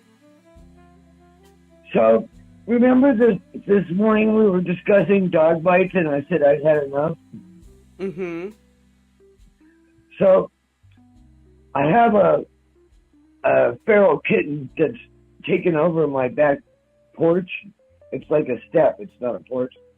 And it's been there like less than a week and it has poopy eyes we've been treating and blah, blah, blah. And it's a feral kitten and it's tame. So you never put food down with a pit bull and a cat, right? Never put what now? Food down, a food bowl. Oh, okay. Or feed them. You never, that's a bad idea. My pit bull gets along with cats very well, and I wanted to feed my dog this morning during the show, and it was right after I had said I had too many dog bites. So I'm bringing the dog in to give her food, right? And the feral cat's on the porch, right? And it wants to come in. And so I'm trying to close the door, and I'm like gonna kick it if it comes in, and I stepped on it, and it bit my Achilles tendon. Oh no! And I didn't step on it hard, but I was like, the door was only open like 2 inches. You know what I mean? Mm-hmm. And it somehow got through, and I did step on it. It bit me right, double hit on my Achilles tendon. Oh my gosh! And do you see how karma is? When you pull the chain, I said I've had enough bites, and then I get one within an hour. Yeah. Come on, it is funny, right? It is. So now I have my squirt gun at the door. If the cat crosses the threshold to the door, it gets sprayed with the squirt gun. Yeah. And I'm not into having feral cats, but you know what I mean? Yeah. But my pit bull gets along fine with cats, not with dogs. That's funny. Isn't that funny? Mm-hmm. All right, well, I was looking forward to Flatlanta, but I guess not. Yeah, no Flatlanta. I was going to go. Well, maybe... My brother's flying in. My brother's flying in today. I have to go to the airport. It'll be a 3-hour tour. Oh my gosh. Yeah. Anyway, that's all I got. And, oh wait, I got one more thing. I'm not sure if I should say this online, but I closed a court case from 2006 finally. Oh my gosh, 2006. Well, I'm glad that's done. That's a long time. Yeah, that's 10 pounds off my shoulders. Yeah. I'm not going to say what, and I'm not saying I'm not guilty. I'm just saying it's taken that long to close it. Okay. I never went to jail or prison or anything, but you know, you got to fix this stuff eventually, right? Yeah. And it took me years and years and years of calling places and asking this and Googling that. I'm not a very good researcher, but it only took me 20 years, right? Yeah. Well, I'm glad it's done. Me too. Praise God. Thank you very much, Lord. Yes. Very good. I had to jump through hoops and hoops and hoops. Well, now you're done. So that's And this is one of the reasons I left California. Oh, yeah? Yeah. One of the reasons. They wouldn't deal with it.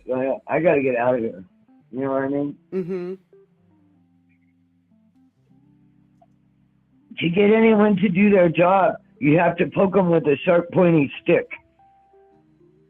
Oh, yeah. Yeah. I think a lot of the phone numbers that you get are like a phone sitting in an empty desk in a basement. Really? Really?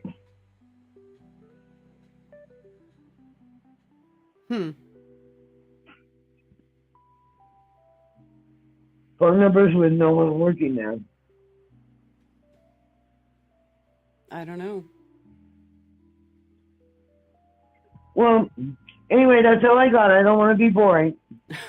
All right, Valley. Thank you. I'm glad your stuff is taken care of, and I hope you feel better. Yeah. Thank you, Karen B. Much love. All right. And much love to everyone in chat. Yes. Take care. All right, bye. Bye.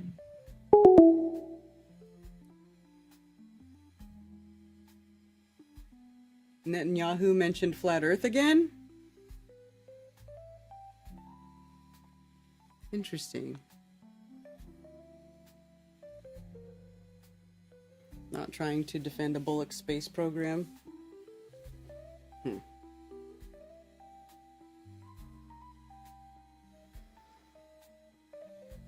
Used to throw comedy shows and felt that was a lot. Couldn't imagine a festival. It is a lot of work.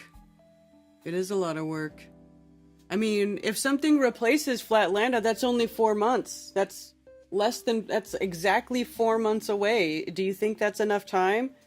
If another event was announced for the East Coast and it was only 4 months away, do you guys think that's enough time for people to prepare and get their plans in place? Is that enough time? What do you guys think? If it was announced tomorrow, do you think that that's enough time to get enough people there to have a nice, healthy, well-attended event with lots of fun people?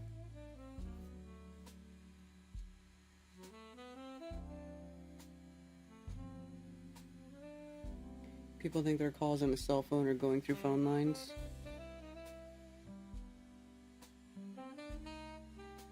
Hmm. 4 months is a tight turn. Tell you what, a very tight turn.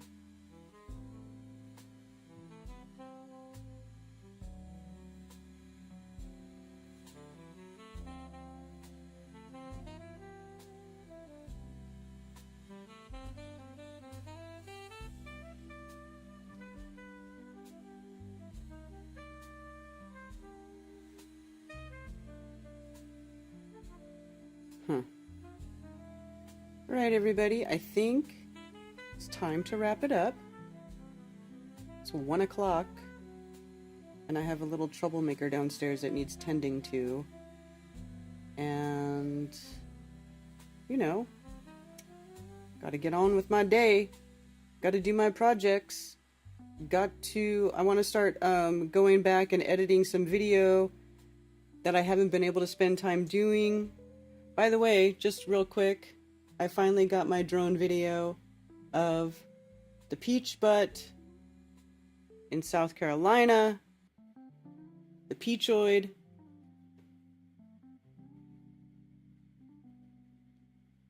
yes, the peachoid, a big water tower that is made to look like a peach that is here off of 85 in Gaffney, South Carolina. And the other day when we all went to the Poinsett Bridge, which I have video for, I have to edit video for that. On my way back, I stopped and finally got drone footage of the giant peachoid. So I'll just share that with you on the way out. Have a great day, y'all. Yes, everybody have a wonderful day. Yeah.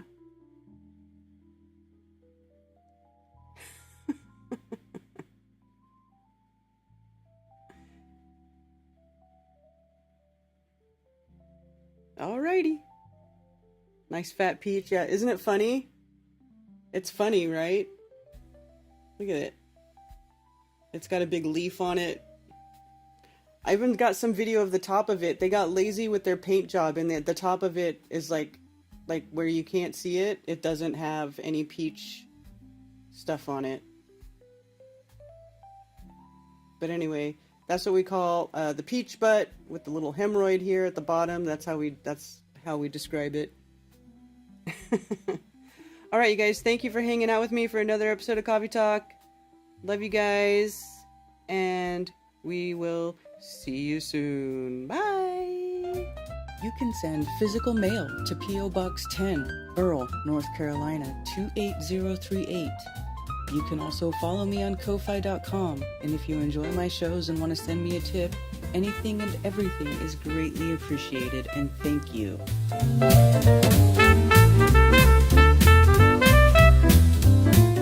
And it's official. Flat Earth Festivals has been retired. It was great fun while it lasted, and I hope you all cherish the memories we made at Flattoberfest as much as I do, and it was a pleasure to watch so many online friendships become in real life friendships over the years. Thank you so much, and I'll see you next time.